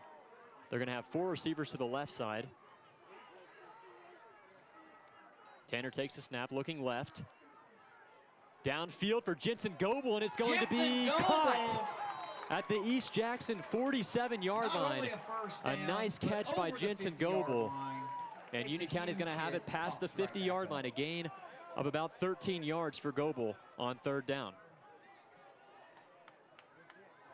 Goebel has been the Panthers' leading receiver this season with 586 yards coming into this game and 5 touchdowns. He's got a touchdown in this game, and he's at least over 50 yards. First down, handoff to Rader. Takes it up the middle. He'll be down to the 44-yard line. A gain of about 3 for Union County. A couple of players coming off the field for the Eagles and a couple of players replenishing them. Number 56 makes his way onto the field, and Josh Stanzel. 2nd down and 7. Jensen Goebel in motion into the slot. Tanner looking to the left side. He's got a receiver open, but he's going to overthrow Ethan McBride. Overthrow. Intended target. 3rd down and 7 for the Panthers here past midfield. Moving the ball pretty well so far on this drive. And once they get past the 50-yard line, every down to go is 4th down territory. They'll go for it on 4th down any time they're past the 50. So a 3rd down and 7, not there yet. 2 receivers to the left, 2 to the right. Tanner takes a snap, looking right. Down the middle of the field for Grasty, had him wide open and just a little bit overthrown. And a 4th down and 7 coming up for Union County. 2 separate overthrows intended for Grasty on this drive so far for Tanner. I think they're going to go for it here on 4th and 7 unless they want to drop Tanner back to punt again. He's punted the ball twice in this game. East Jackson not going to put a return man back, of course. 4th down and 7.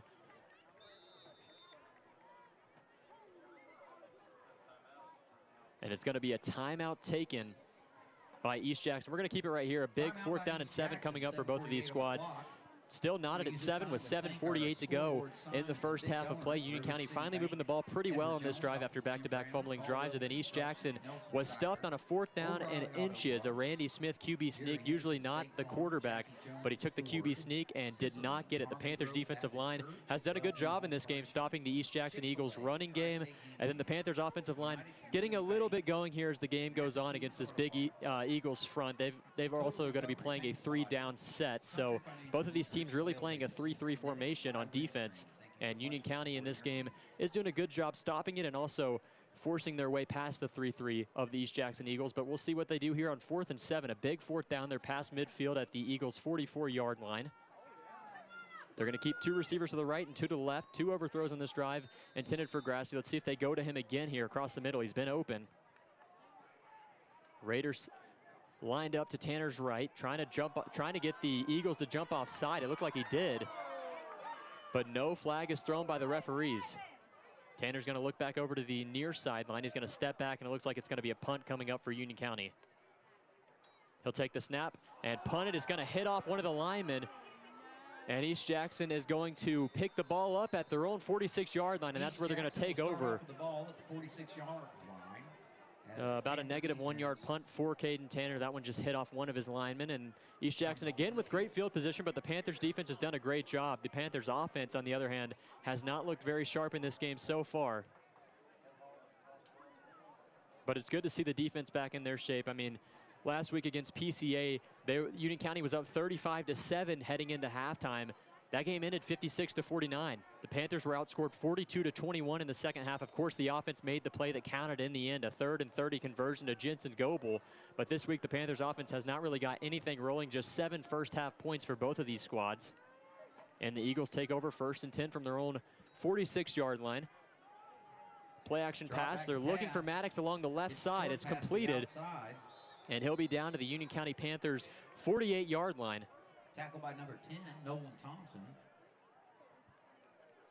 Tackle made by Nolan Thompson, one of the Panthers' cornerbacks. About 3 for East Jackson. 2 outside cornerbacks for Union County so far in this game have been Cade Dockery and Nolan Thompson, with Seth Rutan playing in the slot, more of a nickel roll cornerback. He's had a great season for the Panthers.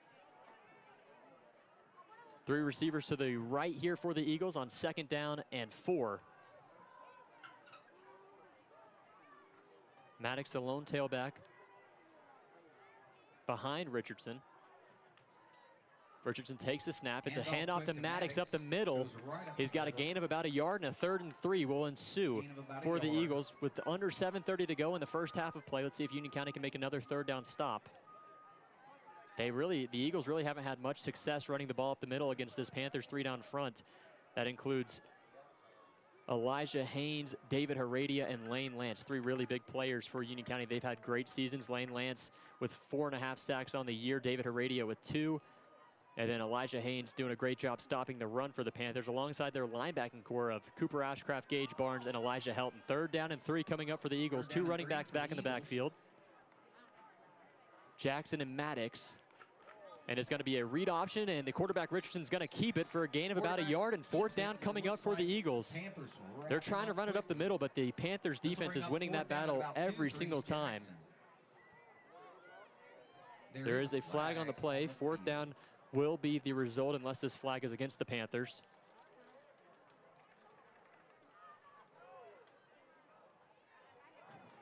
It is on. And the Panthers will decline it. It was against East Jackson, so the Eagles are going to send out their punter again. 4th down. Number 7, Randy Smith. Appears the punt team is on the field. Panthers not sending anyone far back to return here just in case they run a fake. Here comes the punt. It's booted high up into the air, but not very far. It's going to bounce at the 35 and take a Panthers roll up to the 38-yard line. That's where Union County is going to start this drive. Tied at 7. A quick drive again for the Eagles. The Panthers defense has done a great job. This Panthers offense will get it going as the game goes on. I mean, the Panthers offense really 2 turnovers in this game, a couple of bad 4th down plays, and they've got to get something going here. You can't go into halftime tied up with East Jackson. 4-3 East Jackson versus the Panthers, who are 6-1, and the Panthers on a 5-game win streak. The Eagles winning 4 of their last 5, so not an easy task for Union County, but they're going to have to get something rolling here. 2 receivers to the left for Union County and 2 to the right. Braylon Rader lined up to Tanner's right. Tanner takes the snap, a quick handoff again to Braylon Rader, and that one is stuffed at the line by the Eagles defensive line. Led by big number 50, Tyquise Gresham. 2nd and about 10 for our Panthers. 2nd and 10 coming up for Union County.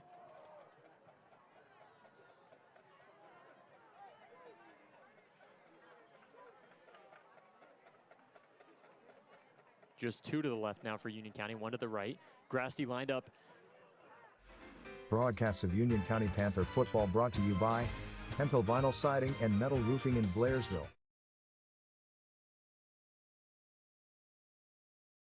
A huge hit laid by number 50 of East Jackson, Tyquise Gresham, as the referees congregate at the 37-yard line.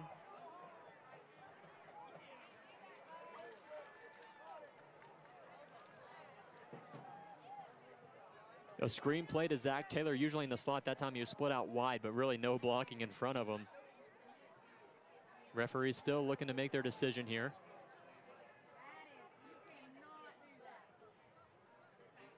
It would have brought up a 3rd down and 10, as they're still huddled up here, all 5 of the referees here at Mike Caldwell Memorial Stadium here in Union County.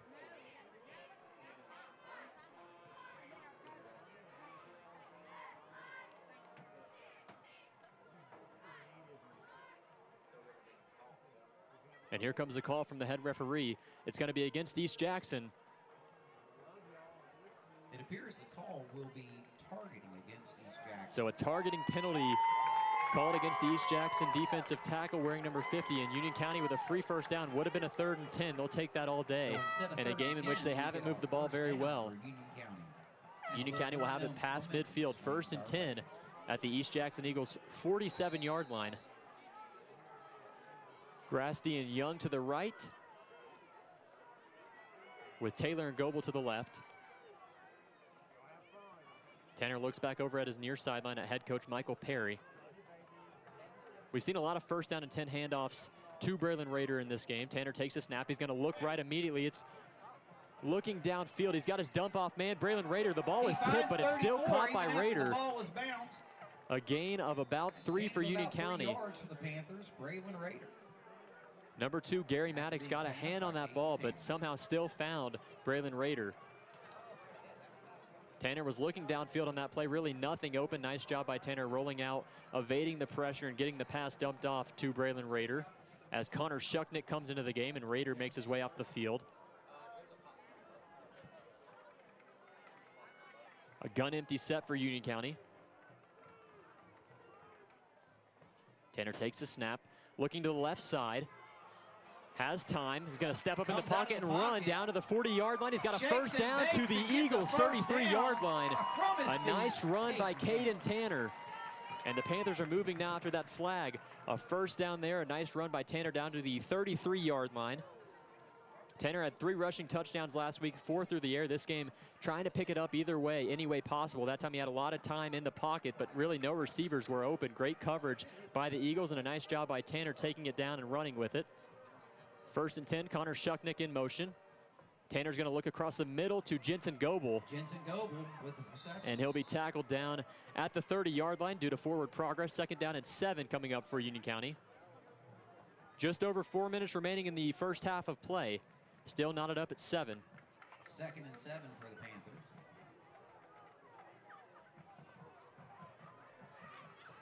Connor Shucknick remains in the game as the main set tailback, as Tyler Grassi lines up at tight end in tight formation here. Let's see if they run it.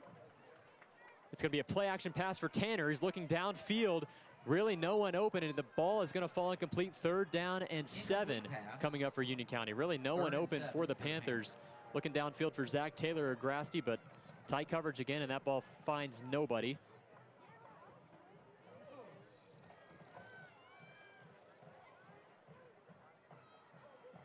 Four down territory for Union County at the Eagles 30-yard line, the East Jackson Eagles 30.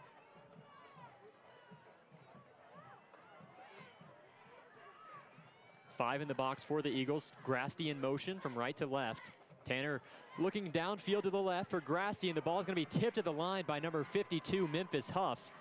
And a 4th down and 7 will be the result in Union County. Let's see what they do here on 4th and 7.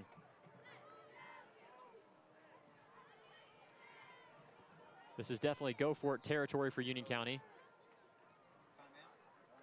Timeout. And it's going to be a timeout taken by Union County. We're going to stay right here, though. A big 4th down coming up once again for Union County. The last 4th down that the Panthers faced, a punt by Caden Tanner, went backwards for about a yard after it bounced off a lineman's head, but a big 4th down with 3:45 remaining in the first half of play. Still tied at 7. Both teams' defense is playing great, and both teams' offensive performances have kind of been underwhelming in this game. Those two go hand in hand, of course. Panthers offense breaks the huddle and heads back to the 30-yard line. Receivers for Union County on this play will be Jensen Goebel, Zach Taylor, Griff Young. And then, of course, at tight end, Tyler Grasty. They're going to put him in the slot on this play. So there's 3 receivers to the left and 1 to the right. And if there's no safety help here for East Jackson, we may see a shot to Griff Young. We saw that last week. 3rd and 7, big play coming up, or 4th and 7. Tanner takes the snap, looking left. He's got a man open. Griff Young makes the catch, trying to break the tackle, but he cannot, and it's going to bring up a 1st down for the Eagles. A nice job by the Eagles making a tackle in space on the drag route to Griff Young. And the East Jackson Eagles are going to start 1st and 10 from their own 28-yard line with 3:35 to go in the first half. A ton of 4th downs for both of these teams have not been converted in this game.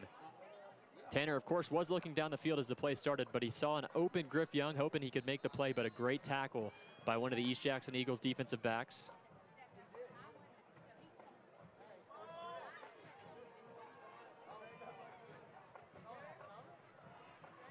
So 1st and 10 for the Eagles. 2 running backs in are Gary Maddox and number 4, Deacon Williams. 1 receiver to the right and 2 to the left. Richardson takes the snap, another handoff to Maddox. He's bowling his way up to the 31-yard line. Maddox makes it up to the 31. They'll put him at the 32. One ref has him at the 33, the other one has him at the 32. It'll be a 2nd and 5 for East Jackson. 3:20 to go and winding down here in the first half. 3 minutes and 17 seconds on the clock. Drew Richardson looking over to the far sideline at his head coach.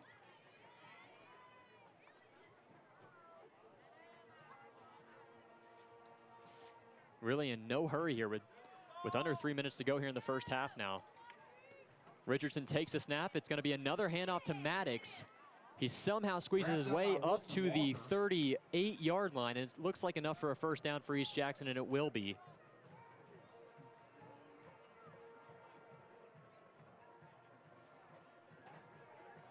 As the chain gang still waiting to move here, as the referees all say, hey, 1st down. Moving, so it is a 1st down for East Jackson with 2:43 on the clock. Time still ticking, this time a little bit more speed heading up to the line for East Jackson, but now they're going to try and draw Union County offside. And Union County, of course, in this game having to play with a 4-down front, usually a 3-3, but that's not great at stopping the run. And with 2 running backs in the game at most points of this game for East Jackson, they've got to put as many in the box as possible.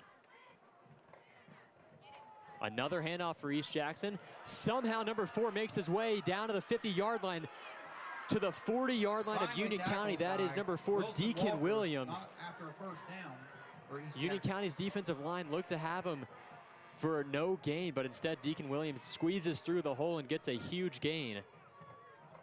2:11 left in the first half, and they're past midfield at the Union County Panthers 40-yard line. Richardson looking back over to his far sideline. 2 minutes remaining in the first half. Still not moving quickly.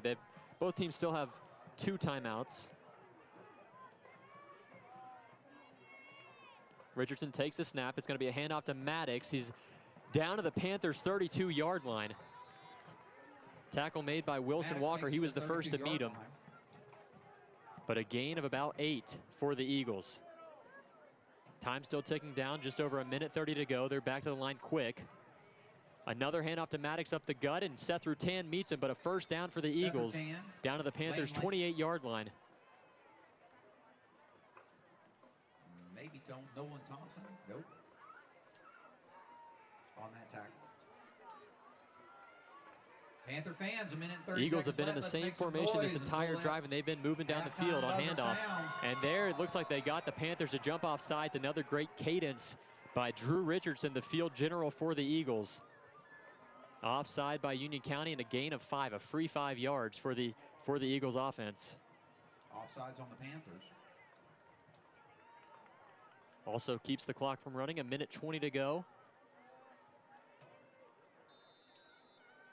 Referee winds his arm.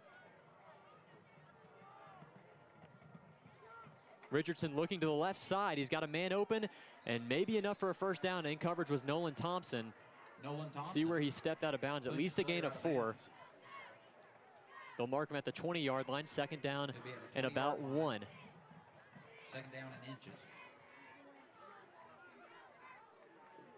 That was number 3 for East Jackson, TJ Jackson. Richardson takes a snap, a handoff up the middle, and he's going to be stuffed in the backfield. Williams is stuffed by number 0, Wilson Walker, number 40, David Heredia, number 35, Gage Barnes. Great push by the Panthers defense. About 50 seconds remaining in the first half. This is a pretty long drive for East Jackson. Trying to take the lead before halftime. Richardson. And he takes it. I mean, it looked like maybe his knee may have hit the ground first, but he somehow stays up, and no gain on the third down. So 4th and 1 coming up for East Jackson. We've seen them take a field goal so far in this game once. A 45-yarder was wide left. Just over 20 seconds remaining in the first half. I mean, 22 seconds. Not in any hurry. And if they do trust their kicker, they may wait this clock all the way down as far as possible and then try a field goal attempt. Under 10 seconds to go. We'll probably see a timeout around 1. And we will. So 2 seconds remaining in the first half, and it looks like East Jackson's going to just try and settle for a field goal here. It would be a 38-yarder.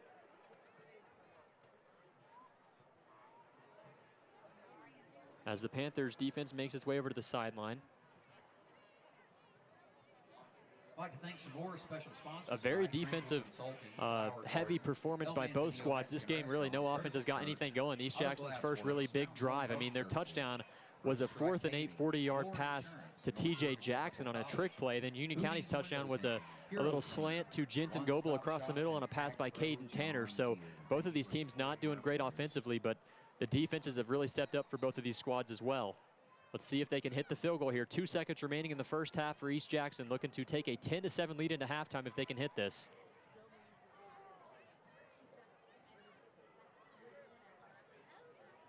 It'll be number 38, Johnny Benitez, to kick it off.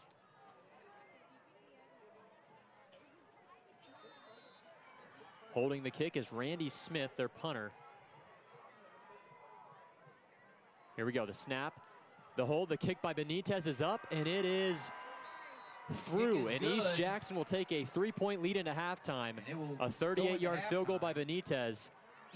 And East Jackson up 10-7. We'll take a quick 60-second break here on 95.1 WJRB. Broadcasts of Union County Panther football brought to you by Union County Farm Bureau, proud sponsor of Union County football and the Georgia High School Association. For years, your source for sales, parts, accessories, and service for golf carts has been North Georgia Golf Carts. Now they're at a new, more convenient location. Owner Rick Goddard and staff are there to assist you with all your golf cart needs. They sell and service all types of golf carts, from E-Z-Go to Club Car to Yamaha. And they provide pickup and delivery for any service work. That's North Georgia Golf Carts, now located east of Young Harris near the intersection of U.S. Highway 76 and State Highway 17 North. Union County Panther football broadcast brought to you by Carter Insurance and Investments in Blairsville. Serving the area for over 30 years. Best of luck to the Panthers. Union County Football is brought to you by Joyce S. Kim, DMD. Providing family and cosmetic dentistry to the Blairsville area. Best of luck, Purple Swarm. While you're waiting for the game, I will hand off the microphone to the East Jackson band. Spencer Mathis back here on 95.1 WJRB after a 38-yard field goal attempt by Johnny Benitez was good, and East Jackson took a 10-7 lead into halftime. A crazy defensive performance by both squads in the first half. Union County's offense had fumbleitis in the first half, a fumble by Griff Young, and then also a fumble by their star running back, Braylon Raiders, really held this offense back, and then a couple of overthrows by Tanner. The offense really hasn't been on in this game. They put up 21 points in the second half last week after a 35-point first half against PCA, and then the defense gave up 42 points last week, but so far in this game, I mean, Union County's defense has done a great job, just the 10 points surrendered. And East Jackson has started with great field position on most of their drives after the turnovers, but 18 forced turnovers by the East Jackson defense this season, and 2 today, both fumbles. They've got 20 now on the season. They had 10 forced fumbles coming into this game and 8 interceptions. Now they've got 12 forced fumbles. But Union County's offense has got to get something going. Trying to go 3-0 in the region. They're 6-1 overall so far this season. But Gary Maddox has done a great job running the ball. Drew Richardson has looked smart as their quarterback. Really no deep shots taken by the East Jackson Eagles. And then you also have Deacon Williams lining up in the backfield with Gary Maddox. And those two have really carried the load in this game. TJ Jackson with that huge 40-yard receiving touchdown on the trick play. And then Union County's touchdown coming off of a Jensen Goebel, about a 14-yard reception touchdown on a slant across the middle. And that's the only scoring in this game so far. Just 17 first half points combined between these two teams. Temperatures, of course, dropping, but the fans are staying.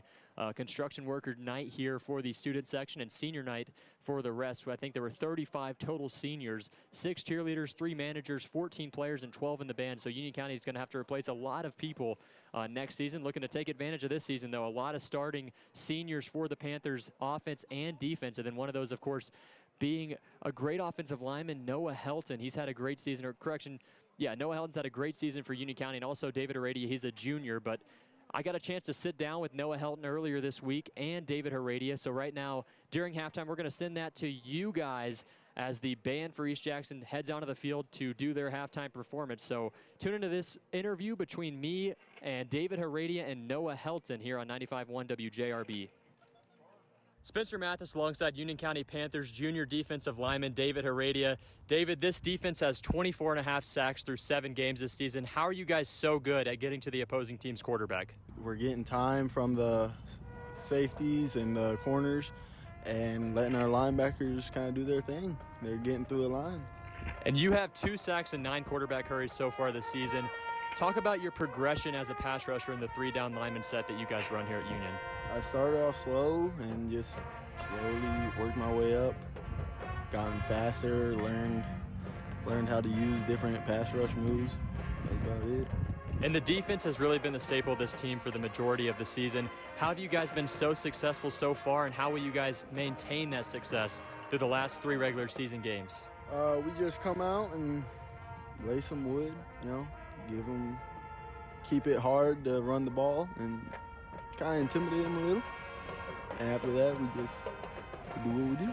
And final question for you, David. You guys are going against East Jackson this week. How does the preparation change for East Jackson in comparison to last week against PCA? East Jackson, obviously a run-heavy squad.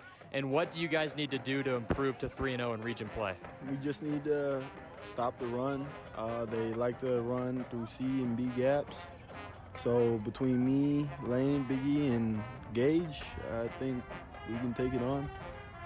All right, thank you very much. That was Union County Panthers defensive lineman David Heredia. Spencer Mathis alongside Union County Panthers senior offensive lineman Noah Helton.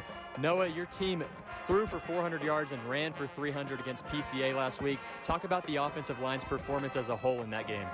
Yeah, the O-line did really good that game. Me, Cody, Big A, Mayo, and Ian.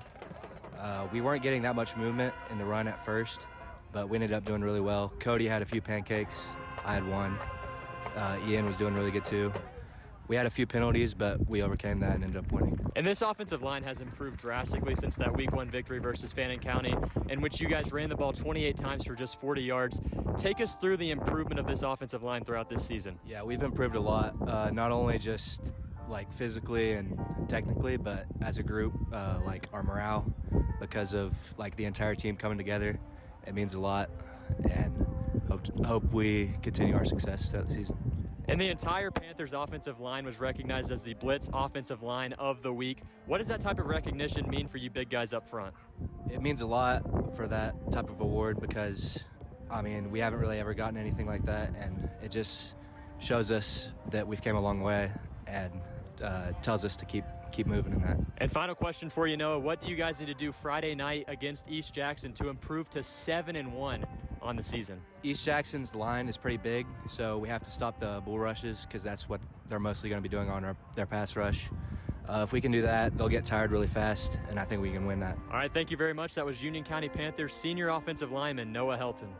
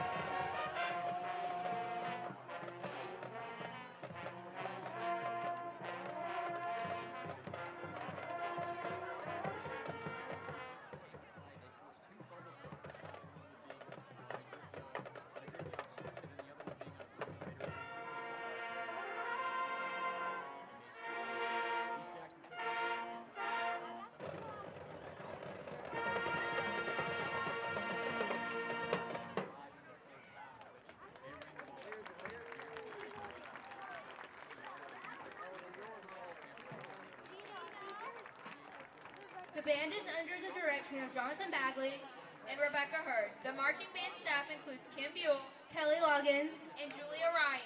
The East Jackson Band and its boosters would like to recognize the following sponsors for their generous support during their 2-week band camp and throughout the year, and we encourage your patronage to them as a thank you. The following are located in Athens. Le Porria, Olive Garden, and Jersey Mike's. Sponsors in Commerce are Sanders Furniture, Phonopolis, J. Moore Farms, Home Depot, Walmart, Pack and Print Plus, Ingles, Sliced on Elm, Chick-fil-A, Dairy Queen, Banks Crossing, Papa John's, Dairy Queen, Elm Street, Commerce, Cracker Barrel, Sonny's Barbecue, and Krispy Kreme. And in Maysville, Grove Level Baptist. thank you again. For over 30 years, Carter Insurance and Investments has provided the Union County area with quality and competitive products for life, health, and disability insurance, as well as Medicare supplements. As an investment advisor representative, Carter Insurance and Investments can help you build an investment plan that's best for your financial situation. To learn more, stop by and meet our friendly staff. We're located on Young Harris Street across from the post office in Blairsville.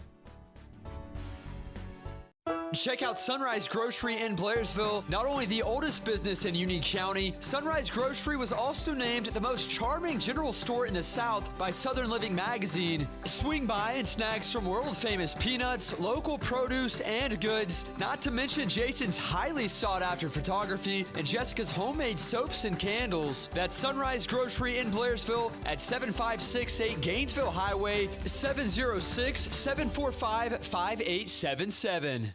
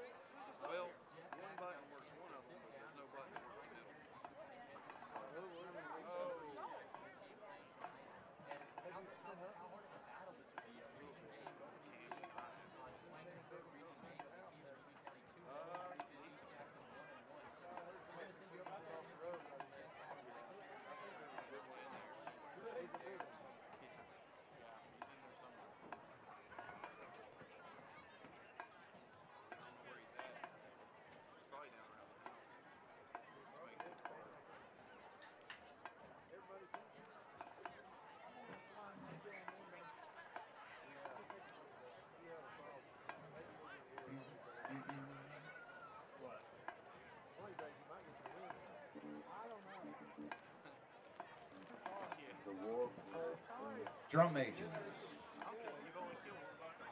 Lacey Collins and Deja Pandolf. Is your band ready?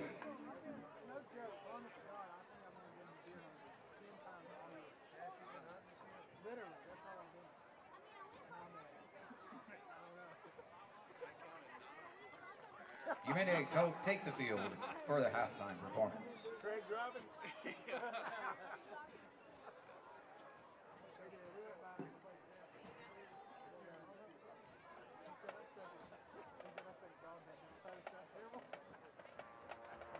So beautiful for heroes free, in liberating strife, who more than self their country loved, and mercy more than life.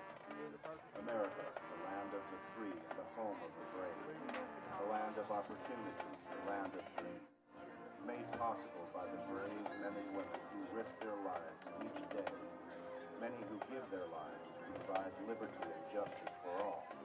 When their country needs them, brave men and women like John enlist to serve and protect their country.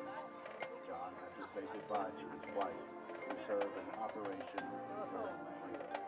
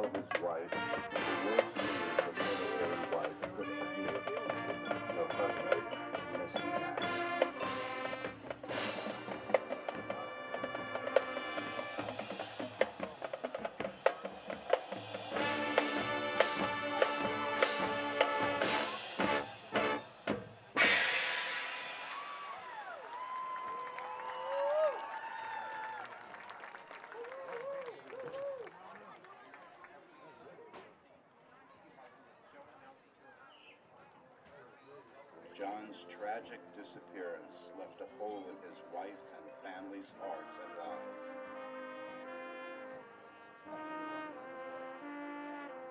His wife, Sarah, tried to hold it together, but felt her life was falling apart. She had found out she was pregnant and would have to raise the child without the love of her life.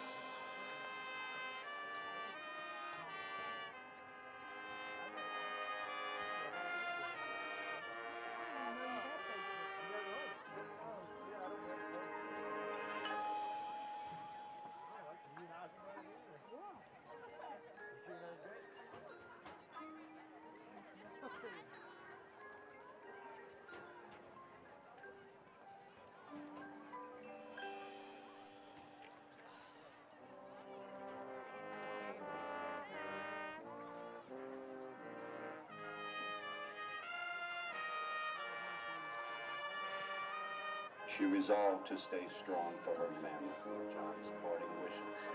She was a strong woman, a patriot.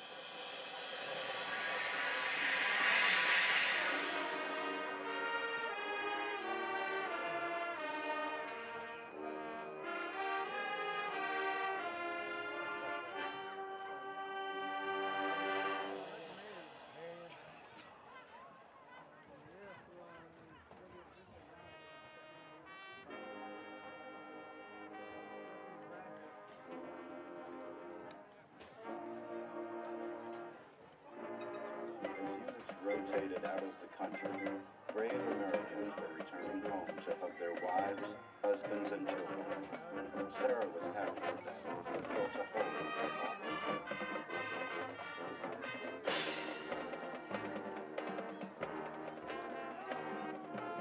Then she got the unexpected call. I found your husband. He is alive. He is coming home.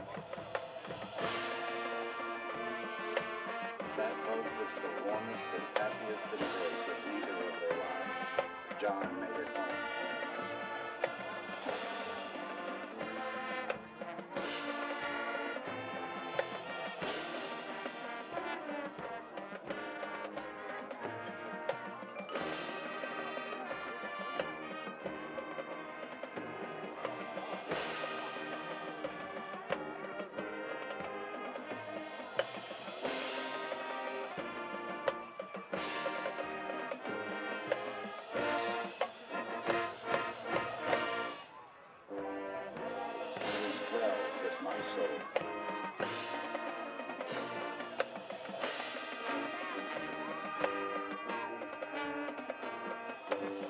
God bless John and his family, and soldiers like him who protect our freedom. May God be ready to remember them. May God bless the United States of America.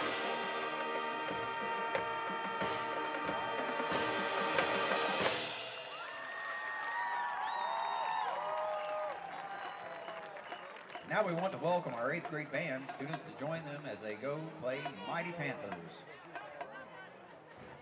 Never mind.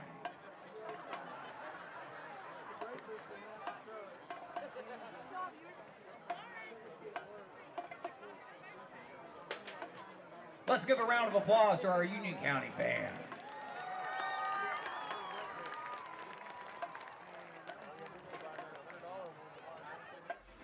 Broadcasts of Union County Panther football brought to you by North Georgia Golf Carts, providing a full range of sales, accessories, service, and parts.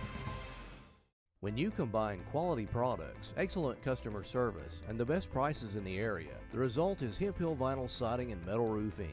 In business since 1963, Hemp Hill Vinyl Siding and Metal Roofing has served the surrounding area with a variety of home improvement supplies. Everything from vinyl siding in many colors, trim pieces, shutters, soffits, vents, and accessories. Hemp Hill Vinyl Siding and Metal Roofing, located west of Blairsville on Highway 515. Broadcasts of Union County Panther football brought to you by Hemp Hill Vinyl Siding and Metal Roofing in Blairsville, proud sponsors of the Union County Panthers. Broadcasts of Union County Panther football brought to you by Leon's Floors, located in Blairsville, offering sales and installation of carpet, vinyl, hardwood, and tile flooring. Warming up is an option right there. Season, as the season has gone on. They started off the season against Fannin County running the ball 28 times for 40 yards, and also Tanner in that game had just over 150 passing yards. And since then, this offense has really picked it up. But tonight has been a pretty difficult struggle for Union County versus the East Jackson Eagles, who are 4-3. But East Jackson has had a great defensive year. They've had a lot of forced turnovers, 20 on the season now through 7.5 games. So they're not a team to look at and say, hey, this is going to be an easy victory, because they're 4-3. They're in the Union County Panthers region. Union County trying to move up to 3-0 in the region, and East Jackson looking to go up to 2-1. East Jackson this season has lost their first 2 games. They started off 0-2 against Oglethorpe and Social Circle, and then they went on a 4-game winning streak with victories over West Hall, Franklin County, Johnson, and Banks County. And all those games were pretty convincing victories for East Jackson. And then, like I said a couple of minutes ago, that 30-14 loss versus Fellowship Christian Academy. But you have Union County, who is on a 5-game win streak. They started off the season 1-1. A tough loss against Lumpkin County was their last loss of the season at home in week 2. But since then, Union County's offense has turned it around. Their defense really doesn't give up very many points per game. Last week was an anomaly. And then this week, they've only given up 10 through the first half. We've got about 1 minute and 35 seconds here before second half kickoff, as the referees are at the 50-yard line. Union County quarterback Caden Tanner throwing along the near sideline to a couple of other Union County Panther players. So here in the second half, you're going to want to see Union County's offense get something going through the air. I mean, it's obvious that it's going to be difficult to run the ball against this East Jackson Eagles front, but they're going to have to get something going. Maybe Grasty, he's gotten open a couple of times, a couple of overthrows because of the pressure in Tanner's face, a couple of sacks or near sacks for the East Jackson Eagles defense. No interceptions thrown by the Panthers yet, or the East Jackson Eagles, but 2 fumbles has really been the big story in this game. And field position has been great for the Eagles in this game off those turnovers, and also a big kickoff return after the touchdown by the Union County Panthers after a 12-yard touchdown reception by Jensen Goebel. The kickoff by Zuriel Mancias was returned to the 50-yard line. Luckily, the Panthers defense came to play in the first quarter of play and also the second. But they can't afford to continue to play like they've done here in the first half if they want to go up to 7-1 on the season and 3-0 in the region. They've got to pick it up, and I'm sure they will. Head coach Michael Perry definitely gave them a great talking to, a great halftime speech coming from Michael Perry. You see that in the videos that Isaac Pugh drops weekly for the Union County Panthers. He's always on the sidelines filming. He does a great job, and he shows off just how good this locker room here is in Union County with Michael Perry as the head coach, changing the culture over the last 2 years. His second season, last year they were 3-7. This year they're 6-1 with a chance to be 3-0 in the region if they can close this game out here in the second half. They're down by 3, 24 minutes of play left, and Zuriel Mancias awaits at the 40-yard line, looking to put total leather to start off the second half here. Kicking for Union County. Back deep to return for the East Jackson Eagles. They've got 2 back to return, one of those being number 3, TJ Jackson, who got the reception touchdown, the only touchdown for East Jackson earlier in the game on that trick play on a 40-yard touchdown pass by one of the East Jackson receivers. Mancias will put total leather, and we're going to start off the second half as the East Jackson Eagles take the kickoff from their own 32-yard line, and they're up all the way to the 45-yard line. A nice return and a tackle made by Tyler Grasty. So once again, great starting field position for the Eagles to start off the second half, as the Panthers defense makes their way onto the field.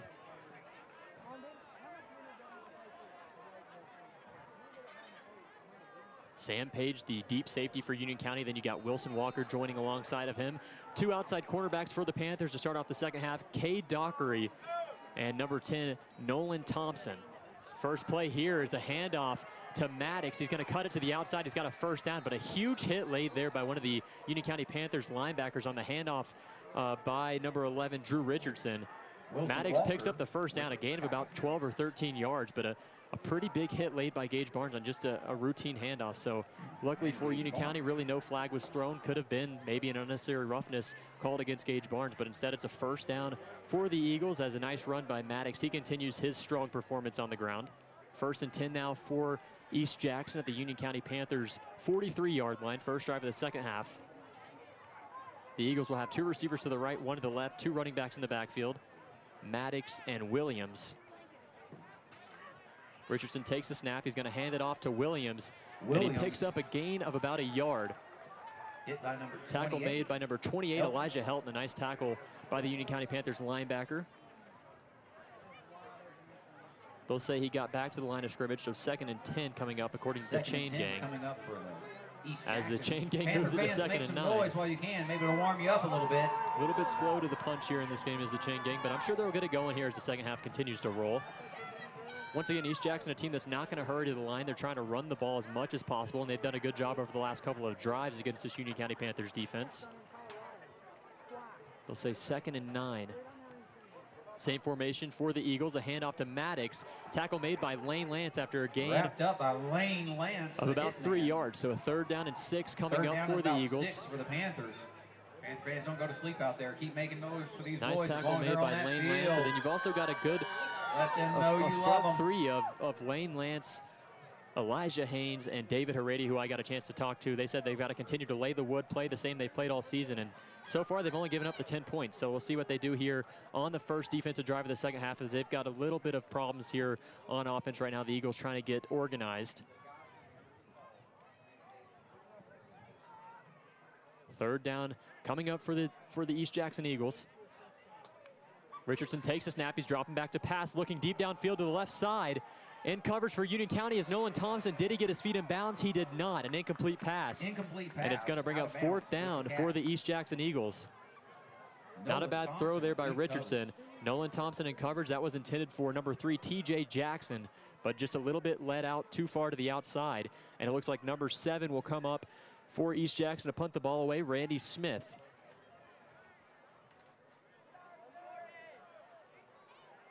Union County really not sending anyone back to return, just off of the threat of them going for it here. And most likely, if they do punt it, it could bounce into the end zone. So wouldn't be worth it to even try to return it here. A nice punt, though, by number 7, Smith. It's going to bounce down to the Panthers' 17-yard line. That's where Union County will start their first drive of the second half. A couple of offensive struggles in the first half for Union County. You saw Caden Tanner miss a couple of passes. You saw the run game really not get anything going. The offensive line has got to pick it up against a very tough defensive front, according to Michael Perry. He raved about how good the trenches were for East Jackson. He said this game was going to be won in the trenches, and he is right so far. East Jackson has done the better job, and they're winning by 3. Let's see if Union County's offense gets anything going here in the second half. I think they will. 1st down and 10 from their own 17-yard line. Running back Braylon Rader. A handoff to Rader up the middle. He's up to the 30-yard line. A nice run by Braylon Rader. First play of the second half on offense for Union County is a gain of 13 yards. Nice push by the offensive line in the first play of the second half. Panthers offensive line was recognized as the Blitz O-Lineman of the week, all 5 of them. They had a great performance, over 700 offensive yards last week. Tanner drops back to pass, looking to the right side, trying to find Griff Young on a post pattern, but that one was a little bit behind him. Nice job by Griff Young even getting a hand on that, but it falls incomplete. 2nd and 10 will come up here for Union County from their own 31-yard line. 2nd and 10 for our Panthers. Panthers offensive line held up in protection there. That pass just a little bit behind Griff Young. Once again, 2 receivers to the left for Union County, Zach Taylor and Jensen Goebel, and 2 to the right, Grasty and Griff Young.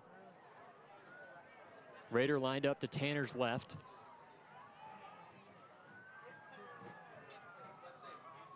Tanner awaiting the snap. Here comes the clap. It's going to be a QB draw for Tanner, trying to run up the middle. He's got a gain of 2. Gain of 2. And a 3rd and 8 will come up for Union County as a couple of new defensive linemen come on for the Eagles. 3rd and 8 for the Panthers.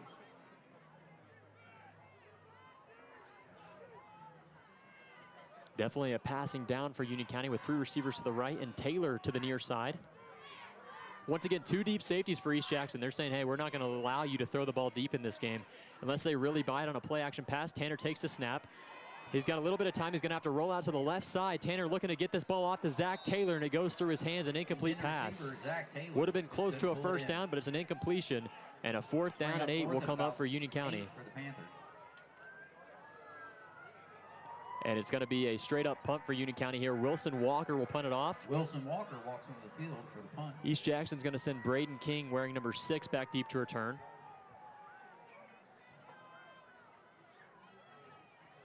So 1 first down on the first drive of the second half for Union County, and then just 2 more yards gained after that. King awaits the punt at his own 33-yard line. Good snap. Walker takes the snap. He's going to punt it. And a fair catch is going to be made by King at the 34-yard line, exactly where he was waiting in the first place. Stepped up and stepped right back to it.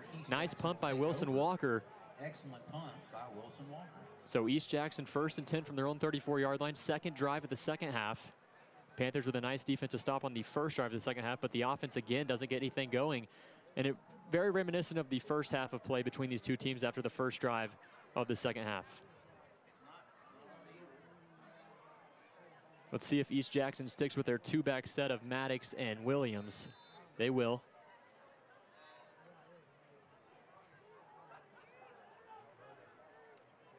Richardson, a handoff to Maddox, trying to get it up the middle, but he does not. A nice tackle made by Elijah Haynes. Gain of about 3 on the play will bring up 2nd down and 7.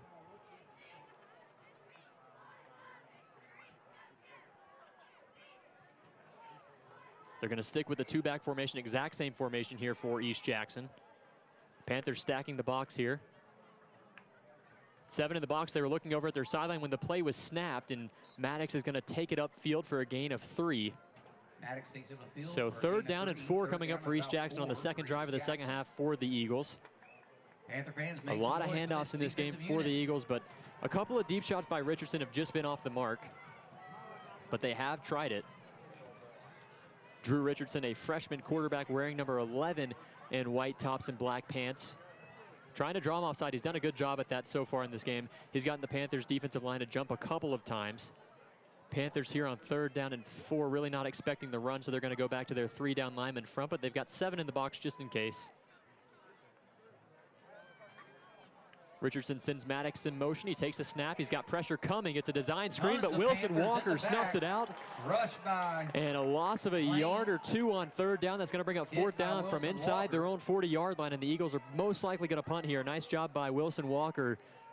Seeing that screen as soon as the ball was snapped, it was a delayed screen to one of the receivers as they used number 2 Maddox, Gary Maddox, as eye candy really with a motion from right to left. If Walker doesn't sniff that out, it may be enough for a 1st down. Would have been a good play, but nice job by the safety, a senior safety for Union County, Wilson Walker. They're going to send back Jensen Goebel to return this punt by East Jackson. Pressure coming. It's a pretty good punt. It's going to bounce at the Panthers 30 and take an Eagles roll down to the 22 or 23-yard line. Where Panthers will take over. And Union County will start 1st and 10 from their own 22-yard line on the second drive of the second half. Another score update from Garland Johnson. Fannin County up 49-6 over Murray in the 4th quarter. And then you've got Andrews looking to continue their win streak. They are undefeated this season, and they're up 28-6 over Robbinsville nearing the end of the 3rd quarter. Union County, second drive. They got 1 first down on the first drive of the second half. They're trying to establish the run, but just such a great push by the Eagles defensive line. And number 50 is a big joker. Tanner takes the snap, looking left for Jensen Goebel. He's got the pass completed. He's trying to fight his way up to the 28-yard line. Nice little screen play to start off the drive for Union County. A quick little pass to the 29-yard line is where the referee looks to spot him on the far side. 2nd down and about 3 for our Panthers. So a gain of 7 officially, 2nd and 3 for Union County.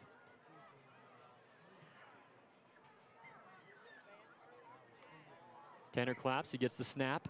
Hand off to Connor Shucknick, who's in the game, and it looks like he's got enough for a 1st down for Union County to the 35-yard line. A nice hard run by Connor Shucknick in relief of the Panthers star running back Braylon Rader. Shucknick has had a pretty good season, and he runs very hard, a lot like Braylon Rader. Here for Union County on 1st and 10. From about the 35-yard line, 2 receivers to the right, to the left. We've seen this formation a lot more often in this game than we have usually, with Tyler Grasty playing more of a slot receiver role in this game. Snap coming to Tanner. He's going to look right immediately for Griff Young, and the pass is going to be dropped. Intended target, Griffin Young. Tight coverage there by the East Jackson Eagles. 2nd down and 10 will come up. 2nd and 10 for the Panthers. And that was number 3 in coverage, TJ Jackson, who leads the Eagles in receiving yards so far this season and has the only touchdown of the game for the Eagles. Tanner with a handoff again. Up the middle goes Shucknick. He's got it for about 2 or 3, so 3rd down and 7 coming up for Union County at their own 38-yard line. And East Jackson pointing, saying they have the ball. I don't think they do. Just trying to confuse the refs here. So third down coming up for Union County regardless.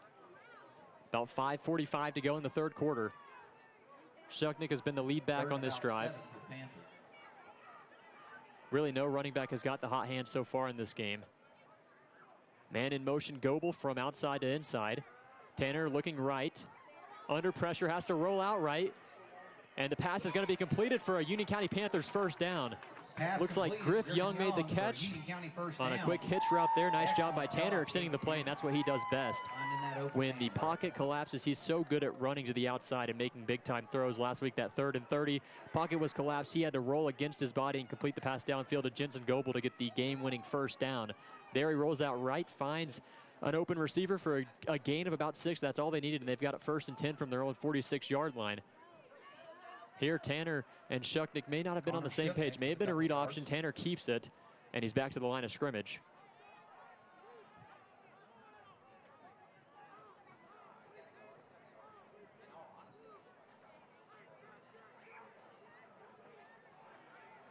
So they'll say a gain of a yard, 2nd down and 9 for the Panthers. 2nd and 9 for the Panthers. Grassy lined up at tight end here. Tanner looking deep downfield for Griff Young. Intended target, Griff Young. Right nice coverage by the East Jackson Eagles. Tough coverage by East Jackson. Number 5, Nathan Heiss, who leads the team with 3 interceptions on the season, was in good coverage, good tight coverage against Griff Young, and then the safety was floating over there to make the play as well. Send him some love. So that play was really not a great shot to complete that pass with the 2-deep safety look, the 2-deep safety shell that the Eagles run. 3rd down and 9 for Union County. Let's see who called the timeout. It's a Union County Panthers timeout with 4:33 to go here in the 3rd quarter of play. Union County still down by 3 to the East Jackson Eagles. 10-7 is the score. We'll keep it right here. See if Union County can convert this 3rd down and 9. Country Financial Insurance, Swales Agency, and Kinetic by Windstream. Thank you so much. Panthers offense still hasn't really got anything going in this game. The run game has been shut down. A couple of forced passes by Tanner. Luckily, Union County Panthers have gotten their hands on the ball. A couple of passes behind his intended receivers. He's got to get it going here in the end of this game. There's 16 minutes left of game time, and Union County's going to need a couple of big plays here from Tanner to close this one out. 3rd and 9. Connor Shucknick will be the tailback.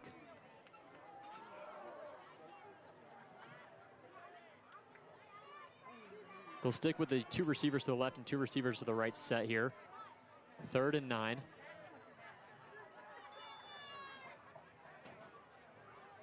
Tanner's going to motion out Shucknick, looking left, and pressure is coming, and he's going to be brought down by number 45, or number 15 for the East Jackson Eagles, number 15, Jackson Eager. Really nowhere for Caden Tanner to go there. 4:17 and counting. That was number 15, Jackson Eager, coming off the side immediately. And a 4th down and about 17 for Union County. They're definitely going to have to punt this away with Wilson Walker, the punter. Wilson Walker back to punt. They've got a man back deep to return to the 30-yard line. Jackson's bringing the house. Walker gets the punt off. Punt is still excellent, good and high, so excellent coverage by our It'll team. bounce inside the 30-yard line, and the Union County Panthers will down it at their own 28. A nice job by Wilson Walker. Another good punt gives the East Jackson, the Eagles, some bad field position again here in the second half. Something that really wasn't the case in the first half. East Jackson had great field position on almost every drive in the first half, and that was a nice job by Wilson Walker flipping the field. Once again, today's game sponsor. And East Jackson will start 1st and 10 from their own 28. This time they're going to come out quickly here. 3:46 to go in the 3rd quarter. Both offenses have been stagnant here in the second half. Number 4 in motion is going to be a handoff to Maddox, running hard up to the 33-yard line. 28, that's Helton. Tackle made by Elijah Helton. A quick gain of 5. 2nd and 5 for East Jackson. Same 2 tailback formation with Deacon Williams and Gary Maddox in the backfield. Panthers playing 1 deep safety in this game, and Sam Page. with Wilson Walker and Seth Rutan both playing nickel positions. Another handoff up the middle here, and he's going to be tackled at the line of scrimmage. No gain will bring up 3rd down and 5. Number 28 again, Elijah Helton. It's getting much colder here in the North Georgia mountains with 2:50 to go in the 3rd quarter of play. A lot of running in this game so far. Let's see what East Jackson's going to do here on 3rd down. Trying to draw Union County Panthers offside here. They were successful a couple of times in the first half, not yet here in the second half. Richardson, the field general for the Eagles. He's going to motion out Maddox. It'll be a handoff up the gut, and it's going to be a gain of about 3. Elijah Helton once again. They're going to mark him down at the 36-yard line. It'll bring up 4th down for the East Jackson Eagles, and it looks like they're going to bring out their punt squad. So they're relying on their defense in this game. The Panthers defense has done a great job. The Panthers offense has got to get something rolling. They're going to send Jensen Goebel back deep to return.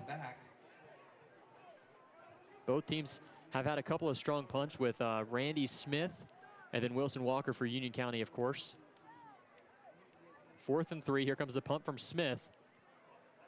Jensen Goebel will return it from his own 34-yard line.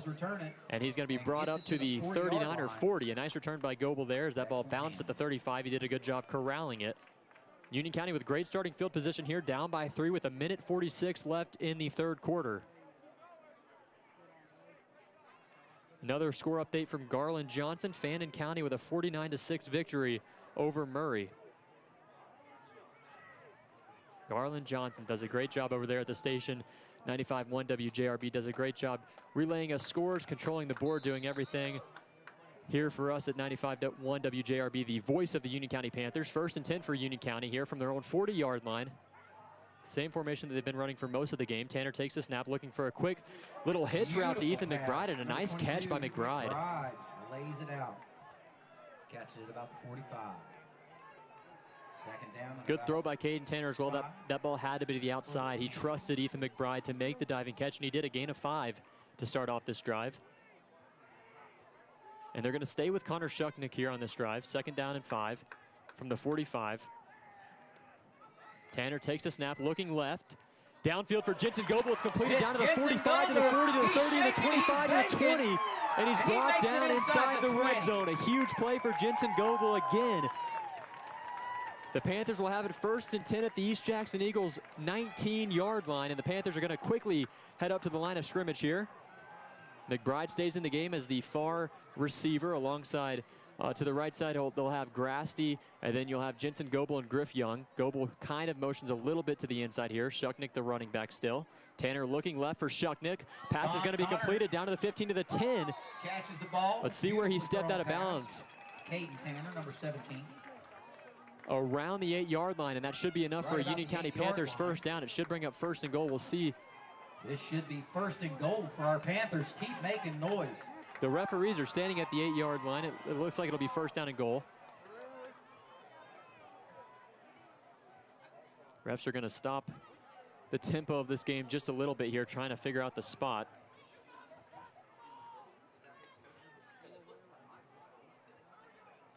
And they're going to call a false start against Union County here.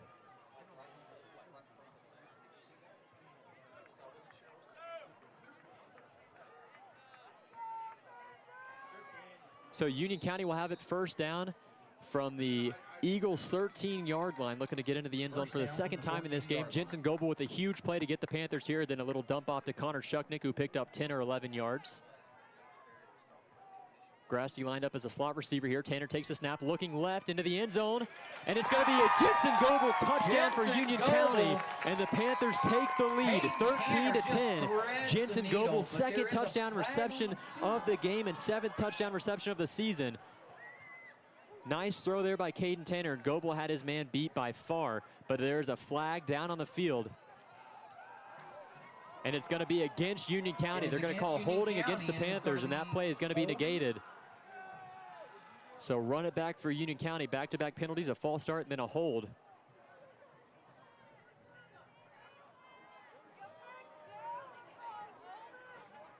Union County is going to be pushed back very far here. It'll still be 1st down, but from 1st and goal from the 29-yard line. It'll be first down. That is a spot foul, I think, of 10 yards. So wherever the hold was taken, another flag is going to be thrown at the Union County Panthers sideline.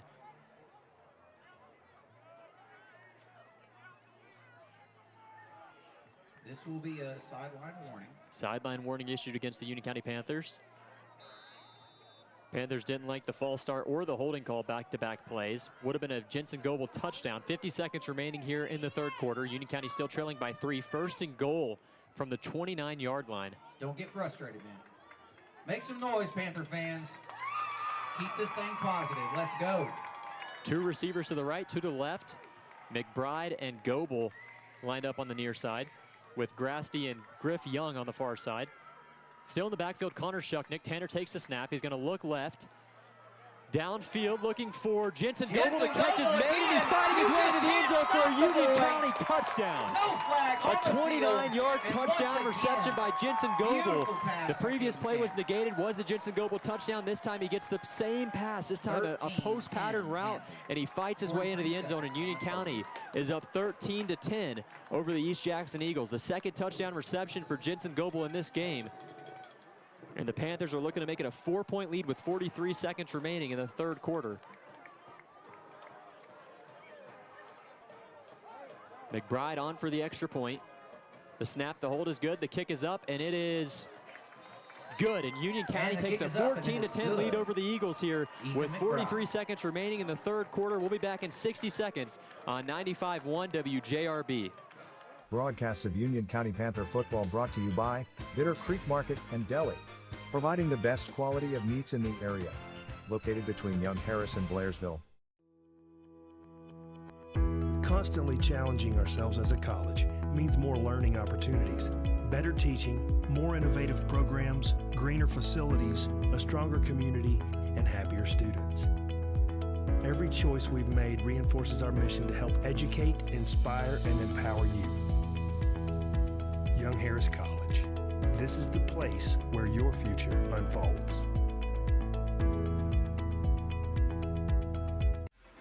Broadcasts of Union County Panther football brought to you by Union County Farm Bureau, proud sponsor of Union County football and the Georgia High School Association.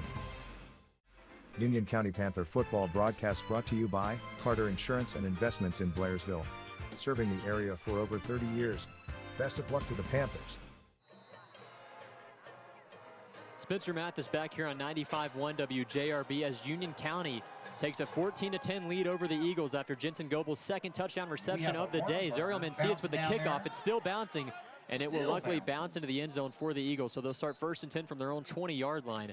Mencius went for more of a squib-type kick there, but it continued to bounce. Nice job by the East Jackson Eagles recognizing that that ball was going to continue to bounce into the end zone. So the Eagles' first time trailing since the beginning of the second quarter.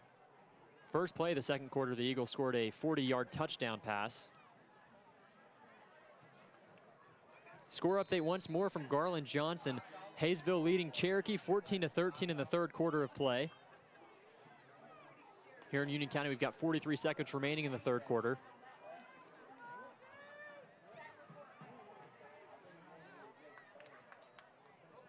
East Jackson here, first play of this drive, looking deep, and that one's going to be way overthrown, intended for number 3, TJ Jackson. Second down and 10 will come up. Nice coverage in the back half by the Panthers safeties. 2 safeties for Union County, Sam Page and Wilson Walker, both seniors here on senior night. They were recognized before the game. Those ceremonies got started at 6:45. That play took 5 seconds off the clock here as number 11, Drew Richardson, looks to draw the Panthers offside. They've definitely were talked to in the halftime locker room about not jumping offside, and they've done a good job here in the third quarter so far. 2nd and 10, Richardson takes the snap. It's a handoff to Maddox, and he's going to be stuffed in the backfield immediately. And that was number 28, Elijah Helton. He's had a great game for Union County and an amazing season. He's also a senior here at Union County, and he has the most tackles for loss in this Panthers defense. Him and Gage Barnes lead the squad. A 3rd and 10 or 3rd and 11 coming up for the East Jackson Eagles as the time winds down from 15 seconds remaining in the third quarter. We've seen them take it to the second quarter previously. Let's see if they take it here to the fourth. Looks like they're not even going to try to get a snap off. So that'll do it for the third quarter of play. Union County leads East Jackson 14-10. We'll have 12 minutes put back onto the clock, but we're going to take a quick 60-second break here on 95.1 WJRB. Fingers in the air. My whole business just went up in flames, but my agent was there before the fire was out. We started a plan. I've got 25 employees who could be out of a job if we didn't get this place running again. My independent agent and auto owners insurance, they made sure we didn't skip a beat. I mean, we didn't miss a single payroll. That's incredible. For whatever lies ahead, we're always there.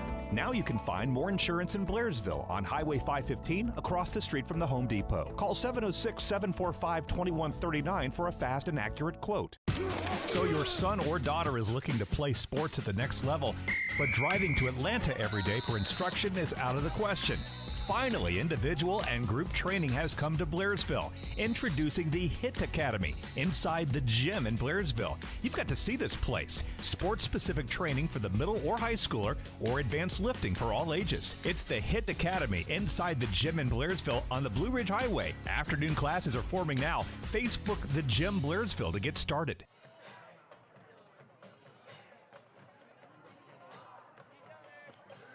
Back here on 95.1 WJRB as we get the fourth quarter of play underway. The East Jackson Eagles will start off third and about 10 or 11 here from their own 20-yard line on the first play of the fourth quarter. Richardson takes the snap, looking across the middle for number three.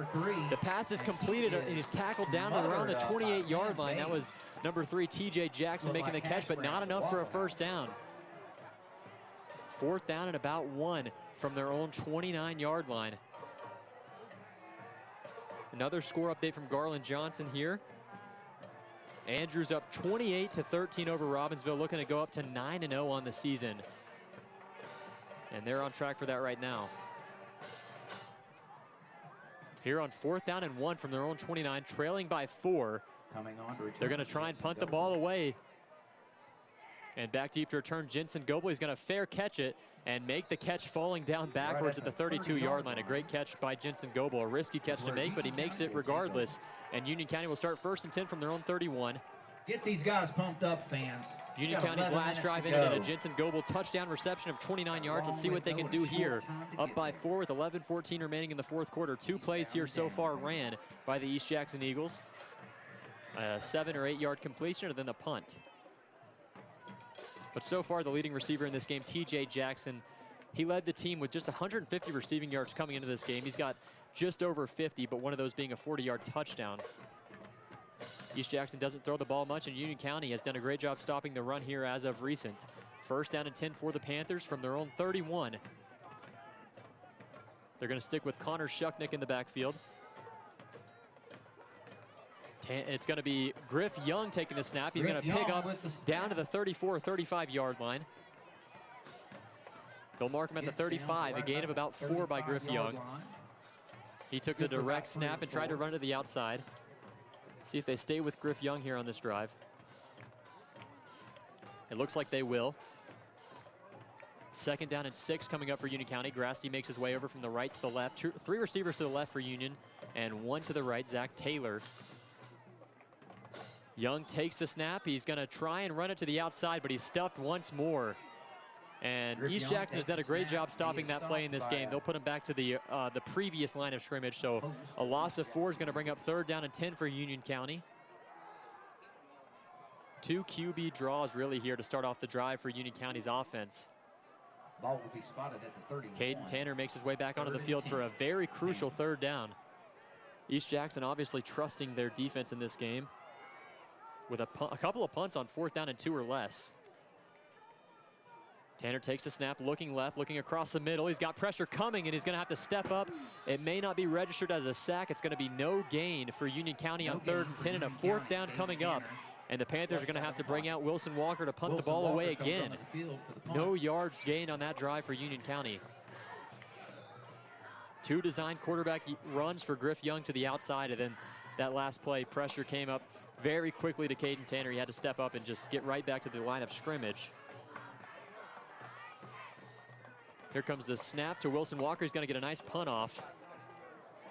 It's going to bounce past the 40 down to the 36-yard line, and that's where the East Jackson Eagles will start this drive with 9:26 remaining in the fourth quarter of play. Union County up by 4. Make some noise, Panther fans. Both teams have had the ball once here in the second half, or in the fourth quarter, correction. We've got someone with holding fire down there on the sideline, wielding fire in front of the student section here that are all dressed up as Bob the Builder tonight. Fire down there. Way to go, Latino. So East Jackson 1st and 10 from their own 36-yard line. This time they're going to go with just one single tailback in Gary Maddox, with 2 receivers to the left and 1 to the right. Jumbo set on the offensive line here. Richardson looking to the left side. He's going to get the pass completed, but it's going to be a gain of minimal yardage. Tackle was made by Sam Page and Seth Rutan. Pass was completed to number 7, Randy Smith. They'll say he got right back to the line of scrimmage, so 2nd down and 10 coming up for East Jackson. At least that's what the chain gang says, but it looks like they're going to spot the ball at the 38-yard line, so a gain of 2. Ball's on the 38-yard line, so there's a couple of yards to the gain there. Chain gang has been slow to the punch today. Richardson takes a snap with a man in motion. He's going to look deep down the field, and it's going to be just overthrown. He had number 7, Randy Smith, but it was overthrown with Wilson Walker in coverage. Wilson Walker was playing more inside than outside there as one of the deep safeties for the Panthers, and it looks like they had enough space to complete the pass, but just a little bit of an overthrow by Drew Richardson, the freshman quarterback for the Eagles. By our defensive line. A quick 3rd down again for East Jackson here from their own 36-yard line. 38-yard line, correction. As the chain gang finally moves the sticks up to the 38, and then they move it right back. Well, and now their head referee is going to spot the ball back to the 36. So a little bit of trouble here from the chain gang referees trying to decide how much yards East Jackson has to gain on this play. 3rd and 10 coming up instead of 3rd and 8. 2 running backs in the backfield for the Eagles once more. Richardson having to roll out to the right side, looking deep down the field with Cade Dockery in coverage. And the pass is going to be completed, and Dockery makes the tackle, but a nice throw there by Richardson, and the pass was completed. A huge gain down to the Panthers' 25-yard line, 1-on-1 coverage. Number 39 made the catch there for the Eagles. That is Gabe Purcell, his first catch of the day. He's been a starting receiver the entire day. They saw 1-on-1 coverage with the freshman cornerback. They took it. Handoff here up the gut to Gary Maddox.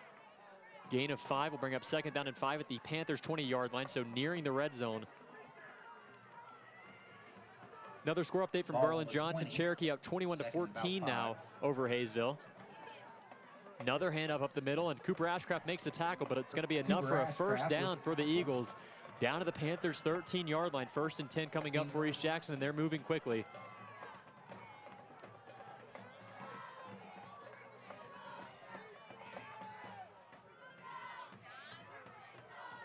Another handoff there, but this time it's going to be stuffed in the backfield. Nice job by the Panthers defensive line after a couple of no-huddle, quick tempo plays for East Jackson. The entire Panthers defensive line in on the play with a couple of linebackers.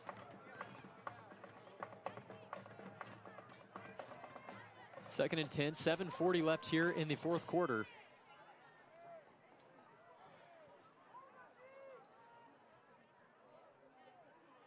East Jackson looking over to the far sideline here. 2nd and 10 coming up.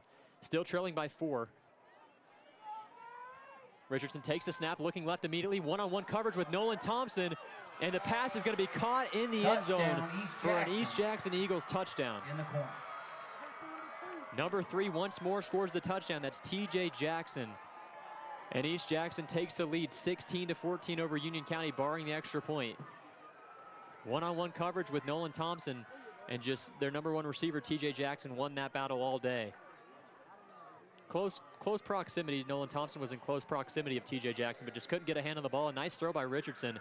Pretty strong drive throwing the ball there by Richardson. Here comes the extra point by number 38, Johnny Benitez.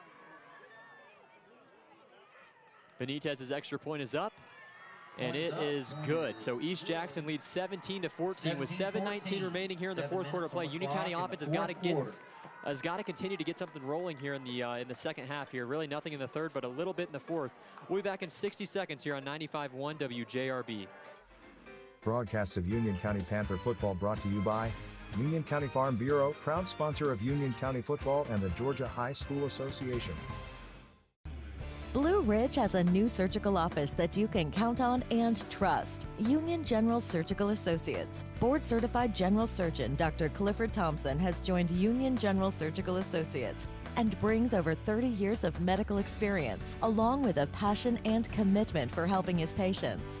The office is located at 21 Kimberly Lane, Suite A in Blue Ridge. For questions or to book an appointment, please call 706-946-1910.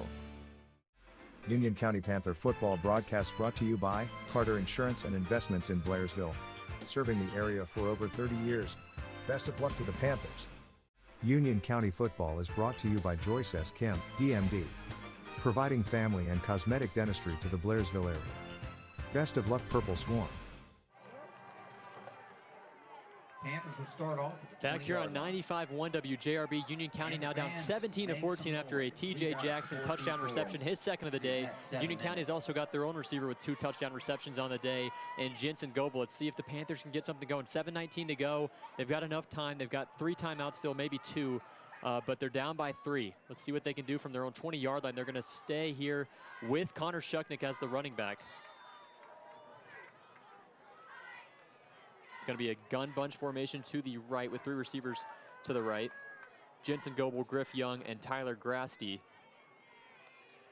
Tanner takes the snap. It's a handoff to Connor Shucknick up the gut. He's got a first down and more. Up to the 40, to the 45, to the 50. And he's all the way down to the East Jackson Eagles 46-yard line. They're looking at the 44. Great run by Connor Shucknick. First play of the drive gains over 30 yards for Union County.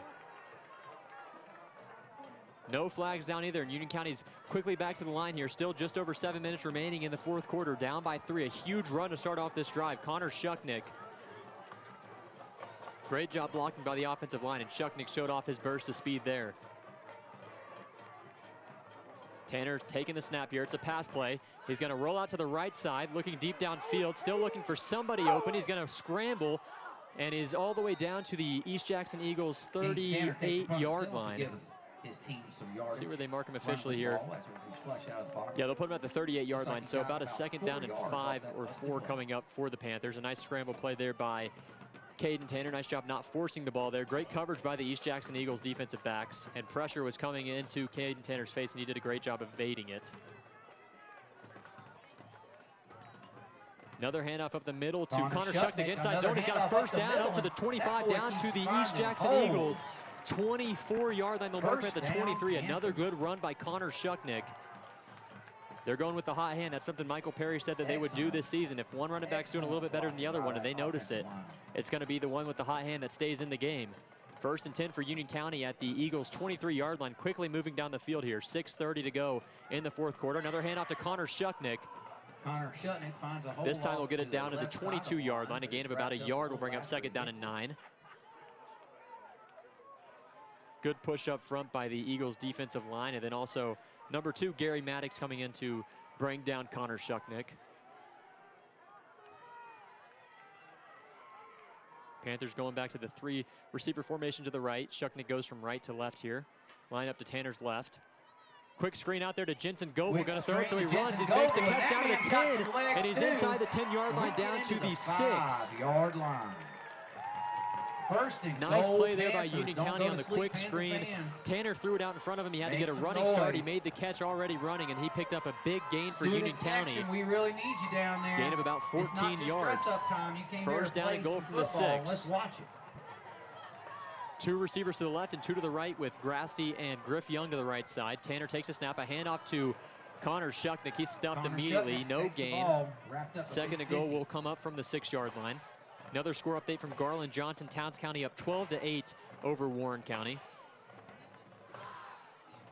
See what Union County does. I don't know if they're going to be able to run the ball this close to the end zone here. 2nd and goal at the 6-yard line.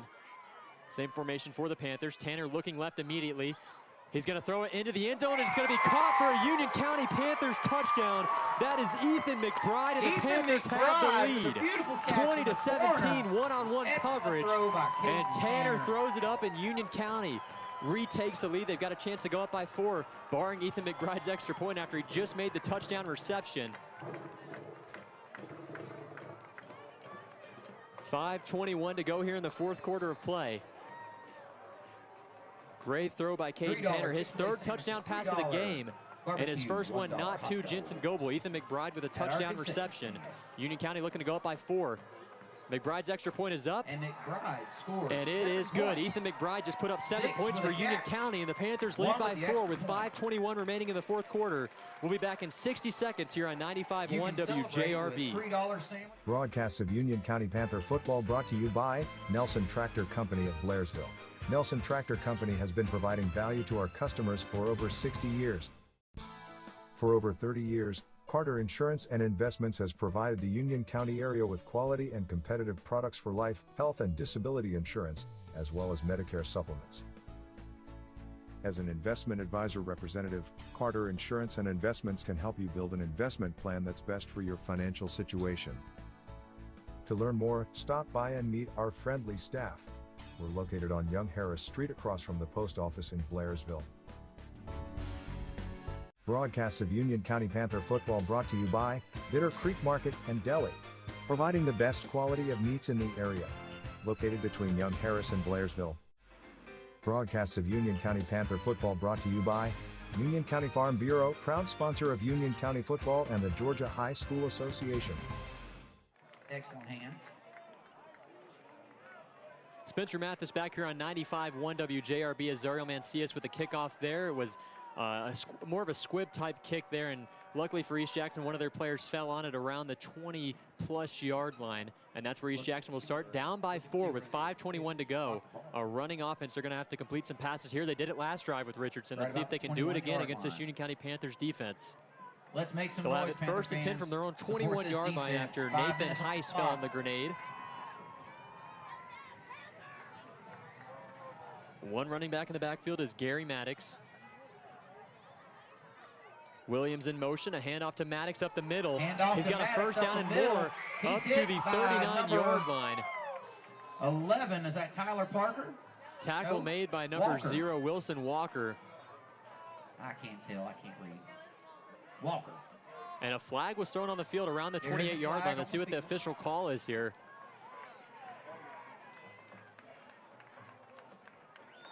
And it looks like the Eagles are going to be moving back. It's going to be holding against the Eagles. So negate that big run on the first play of the drive by Gary Maddox. Instead, they're going to be pushed back. So first down again for the Eagles. First down again, repeat of down. First and 15. 15 yards. With 5:13 to go in this game.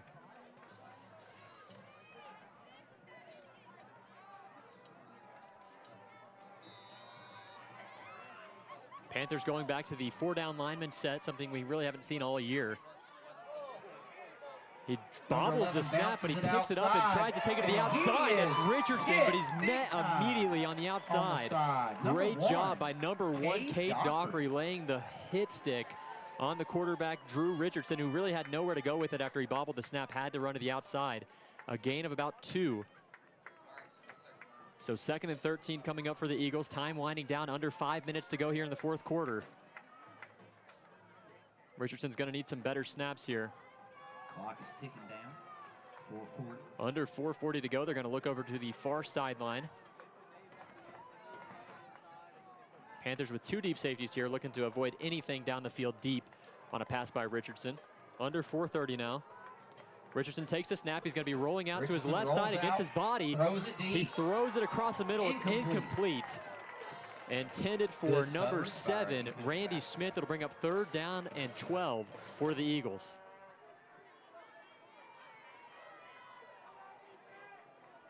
So Richardson was flushed out of the pocket across his body, had to make a throw into the middle of the field, but just a little bit of an overthrow, luckily for him. I mean, if that one was a little bit further out in front, maybe a Union County defender intercepts that ball. So 3rd and 12, a huge 3rd down. And if they don't get the first down here inside their own 30-yard line, they may have to punt the ball away and play defense. Make some noise. 4:20 remaining in the fourth quarter. 4:20 remaining. Huge 3rd down. Once again, going with a 2 running back set. Maddox and Williams in the backfield. And the referees are going to whistle this one. It's going to be a timeout taken by East Jackson with 4:20 remaining. Special thanks, Nelson. We're going to keep it right here as final score update from Garland Johnson Andrews with a 28-12 victory over Robbinsville. And with that victory, they moved on to 9-0 on the season. An incredible season for Andrews, North Carolina's football squad.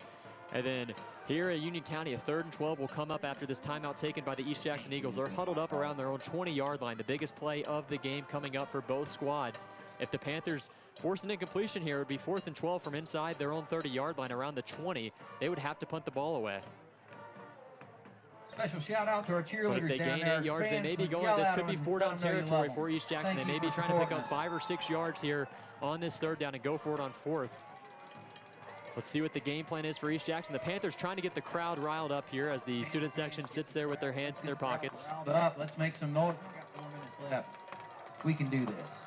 Keep them Panthers pumped up fans out there, guys. Keep them pumped. need to make a little bit more noise here. I mean, a huge play coming up for East Jackson, 4:20 remaining. Richardson takes the snap. It's going to be a handoff, a reverse end around to number 7. A deep throw downfield, and it's going to be overthrown. The pass was thrown by number 7, Randy Smith, and double covered. That was Cade Dockery and Wilson Walker in coverage, and there's no way that pass gets completed. A 4th and 12 coming up. Went for the trick play. The Panthers cornerbacks don't bite down this time. They learned their mistake the first time, and they make the stop. And a 4th down and 12 with 4:12 left in this game. The East Jackson Eagles are going to send out the punt squad. Here's the punt squad is on the field. Randy Smith on to punt it, the man who just threw the incompletion. Free rush here from Cooper Ashcraft. Couldn't get there in time. The punt is going to go over the head of Jensen Goble. He's going to let it bounce. It's going to take a great bounce for East Jackson. And the Panthers are going to start 1st and 10 from around their own 22-yard line. With exactly 4 minutes left in the 4th quarter of play. Pump up this offensive unit. If the Panthers can score a touchdown in this drive, they can win the game. So let's see what they do here. A couple of first downs, maybe if they want to play it slow here. We'll see who they go with that running back. Connor Shucknick has really been the hot hand over the 4th quarter and most of the end of the 3rd quarter. So we'll see if they stick with Shucknick here on the most important offensive drive of the day after the last drive ended. And an Ethan McBride touchdown reception on a nice one-on-one throw by Caden Tanner. They're going to send Braylon Rader at running back here. Braylon Rader with the fresh legs deep into this game. They're going to go 2 receivers to the left and 2 to the right.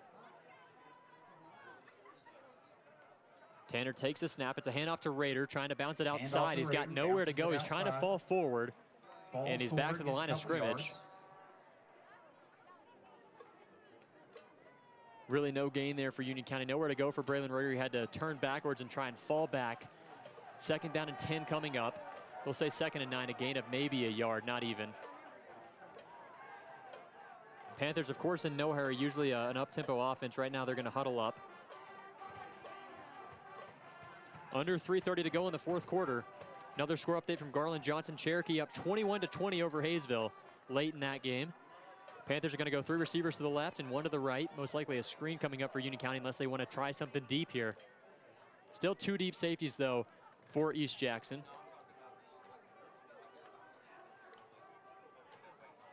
Under 3:10 to play. Tanner with a quick snap and a pass completed to Tyler Grasty. And let's see if he gets enough for the first down. It looks like he does. A Union County Panthers first down to the 34-yard line. A nice little hitch route there by the Panthers tight end Tyler Grasty. And a nice job by Caden Tanner. Excuse me, the nasty completing that pass to Grasty. Grasty last week against PCA had 100 receiving yards. And as the PA announcer, Coach Michael Smithfoot just called him Nasty Grasty. That sounds like the new nickname for Tyler Grasty. So 1st and 10 from the 34-yard line. They're going to go with 2 receivers to the right and 1 to the left with Tyler Grasty lined up alongside the offensive line here at tight end. They're going to stick with Braylon Rader as the tailback. 1 deep safety now for the East Jackson Eagles. Trying to stack the box. It's a handoff to Braylon Rader. He's back to the line of scrimmage. Maybe a gain of a yard down to the up to the 35-yard line. Looks like we're at the and in a game where East line. Jackson has played with 2 deep safeties the entire game, that time they showed a 1 deep safety look. And maybe if Union County really wants to be risky here, they try something deep down the field if they stay with that 1 high safety. Huddling up again from their own 30-yard line. Ball spotted at the 35. Time ticking, under 2 minutes remaining in the 4th quarter. Union County up by 4. trying to waste as much time as possible. 3 receivers to the right, 3 cornerbacks lined up against him. Once again, 1 deep safety for East Jackson. And the slot cornerback for East Jackson playing pretty far back here. Tanner's still waiting to snap the ball. Around 1:40 to go in the 4th quarter. And there's going to be a flag here. And Union County Panthers coaches are not happy. A delay of game against Union County. So Union County tried to milk the clock as much as possible. 1:39 to go, but forgot to snap the ball.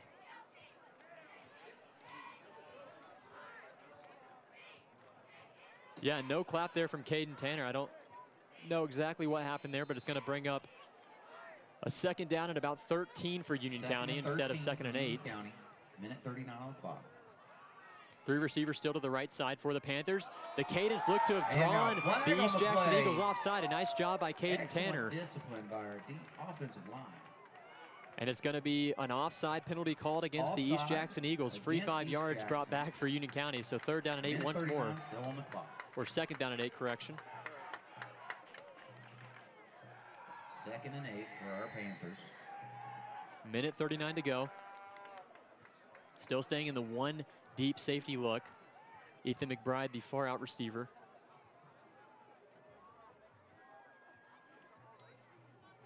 Tanner looking for the option play. He's going to keep it. Had the pitch back option to Braylon Rader. He gets back to the line of scrimmage. Maybe a loss of a yard. 3rd down will ensue for Union County. Most likely a timeout taken here. Yeah, East Jackson calls a timeout. We're going to keep it right here. With 1:35 to go, a huge 3rd down coming up for Union County. 3rd and about 8 will be the down mark to go here for Caden Tanner and the Panthers offense. Definitely not going to run the ball here. 1:35 left. If the Panthers don't get this, as long as they keep the ball on the ground, they won't have to snap the punt till just over 50 seconds remaining in this game, and then their defense has to play deep. But if they get the 1st down, it should be enough to win the game. Last week we saw that 3rd down and 30 conversion by Caden Tanner on their final offensive drive to win the game. Let's see if they can convert this 3rd down and 8. After the East Jackson timeout was taken, they come out of the huddle, they're ready to go. Ball spotted at the 35-yard line. Panther fans, get behind them, make some noise. Officially, it's going to be 3rd down and 9 for Union County. Last minute, 35 seconds of this game. Zach Taylor checks back in for Union County. Looks like a ton of receivers are going to be lined up to the right side. Raiders going to be lined up to Tanner's left. Yeah, it's 4 receivers to the right. Tanner takes a snap, looking right immediately. He's going to try to get the pass completed to Zach Taylor, and that's something you did not want to see, an incomplete pass. And the clock is going to stop with 1:30. The pass just over the head of Zach Taylor. And 4th down and 9, they're going to have to bring out the punt squad with Wilson Walker. He's going to need a great punt here to flip the field. Walking onto the field. He'll be standing back at his own 21-yard line. With 1:30 to go, East Jackson's going to send back number 6 back deep to return. That is Braden King. Back to return for East Jackson, Braden King.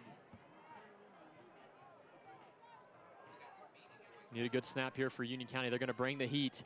Walker gets the punt off. It's a nice punt by Wilson Walker. It's going to bounce at the 36 and all the way down. A Panther roll inside the 25-yard line, and East Jackson's going to start 1st and 10 from their own 24. They've got 80 seconds to score a touchdown, and Union County Panthers are going to have to keep East Jackson out of the end zone to win this game. A team that runs the ball a ton is going to be forced to pass here on the final drive. Let's see if Union County's cornerbacks and safeties are up to the challenge. Maybe a little bit of pressure coming from this Panthers defensive line. They've got 24.5 sacks through 7 games. Let's see if they can get some heat on this freshman quarterback, Drew Richardson, here on what should be the final offensive drive.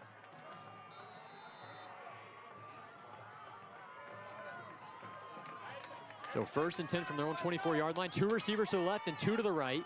Panthers sending 4 at the quarterback. Blitz is picked up. Pass is completed for a gain of about 4 yards. They'll give him 5. 2nd down and 5 coming up. Tackle made by Seth Rutan. Pass was completed to number 3, TJ Jackson. And a flag has been thrown. And a flag thrown on the field around the 31-yard line. 1:08 on the clock. 1 minute and 8 seconds remaining. And that play, yeah, that flag was after the play. That, I don't know. It looked like Union County was kind of celebrating when the flag was thrown. Still awaiting the official call. Still awaiting the official call.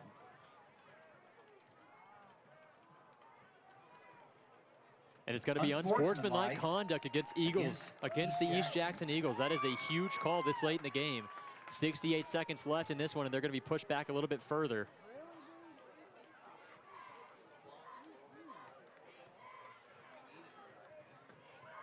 See where the ball is going to be spotted. Would have been around the 28. Instead, East Jackson's going to have it. 15 yards.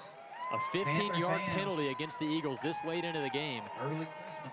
And they're going to have to go 85 yards, 86 yards actually. They're at their own 14-yard line in 68 seconds. Union County's got to play back deep here. Let them get any pass they want to complete underneath. Tackle them in bounds. Defensive backs. Richardson takes a snap. Pressure coming. He fumbles the football. Who lands on the ball here for Union County? Does someone land on it for the Panthers? Richardson fumbled the ball with pressure coming from Lane Lance.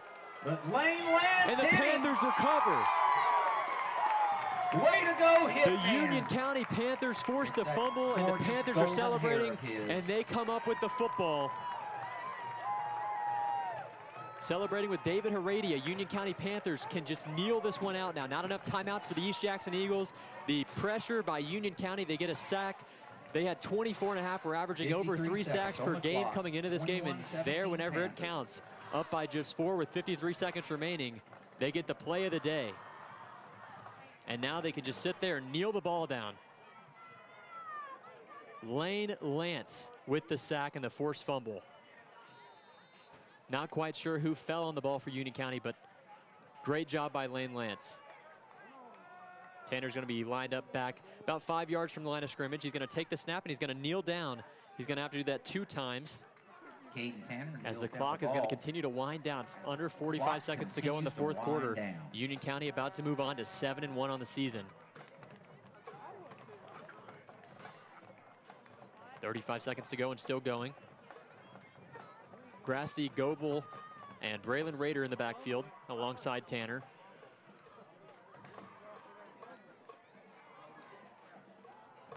Up by 4, 20 seconds to go. 20 seconds away from handshakes. Tanner takes a snap, an immediate kneel down.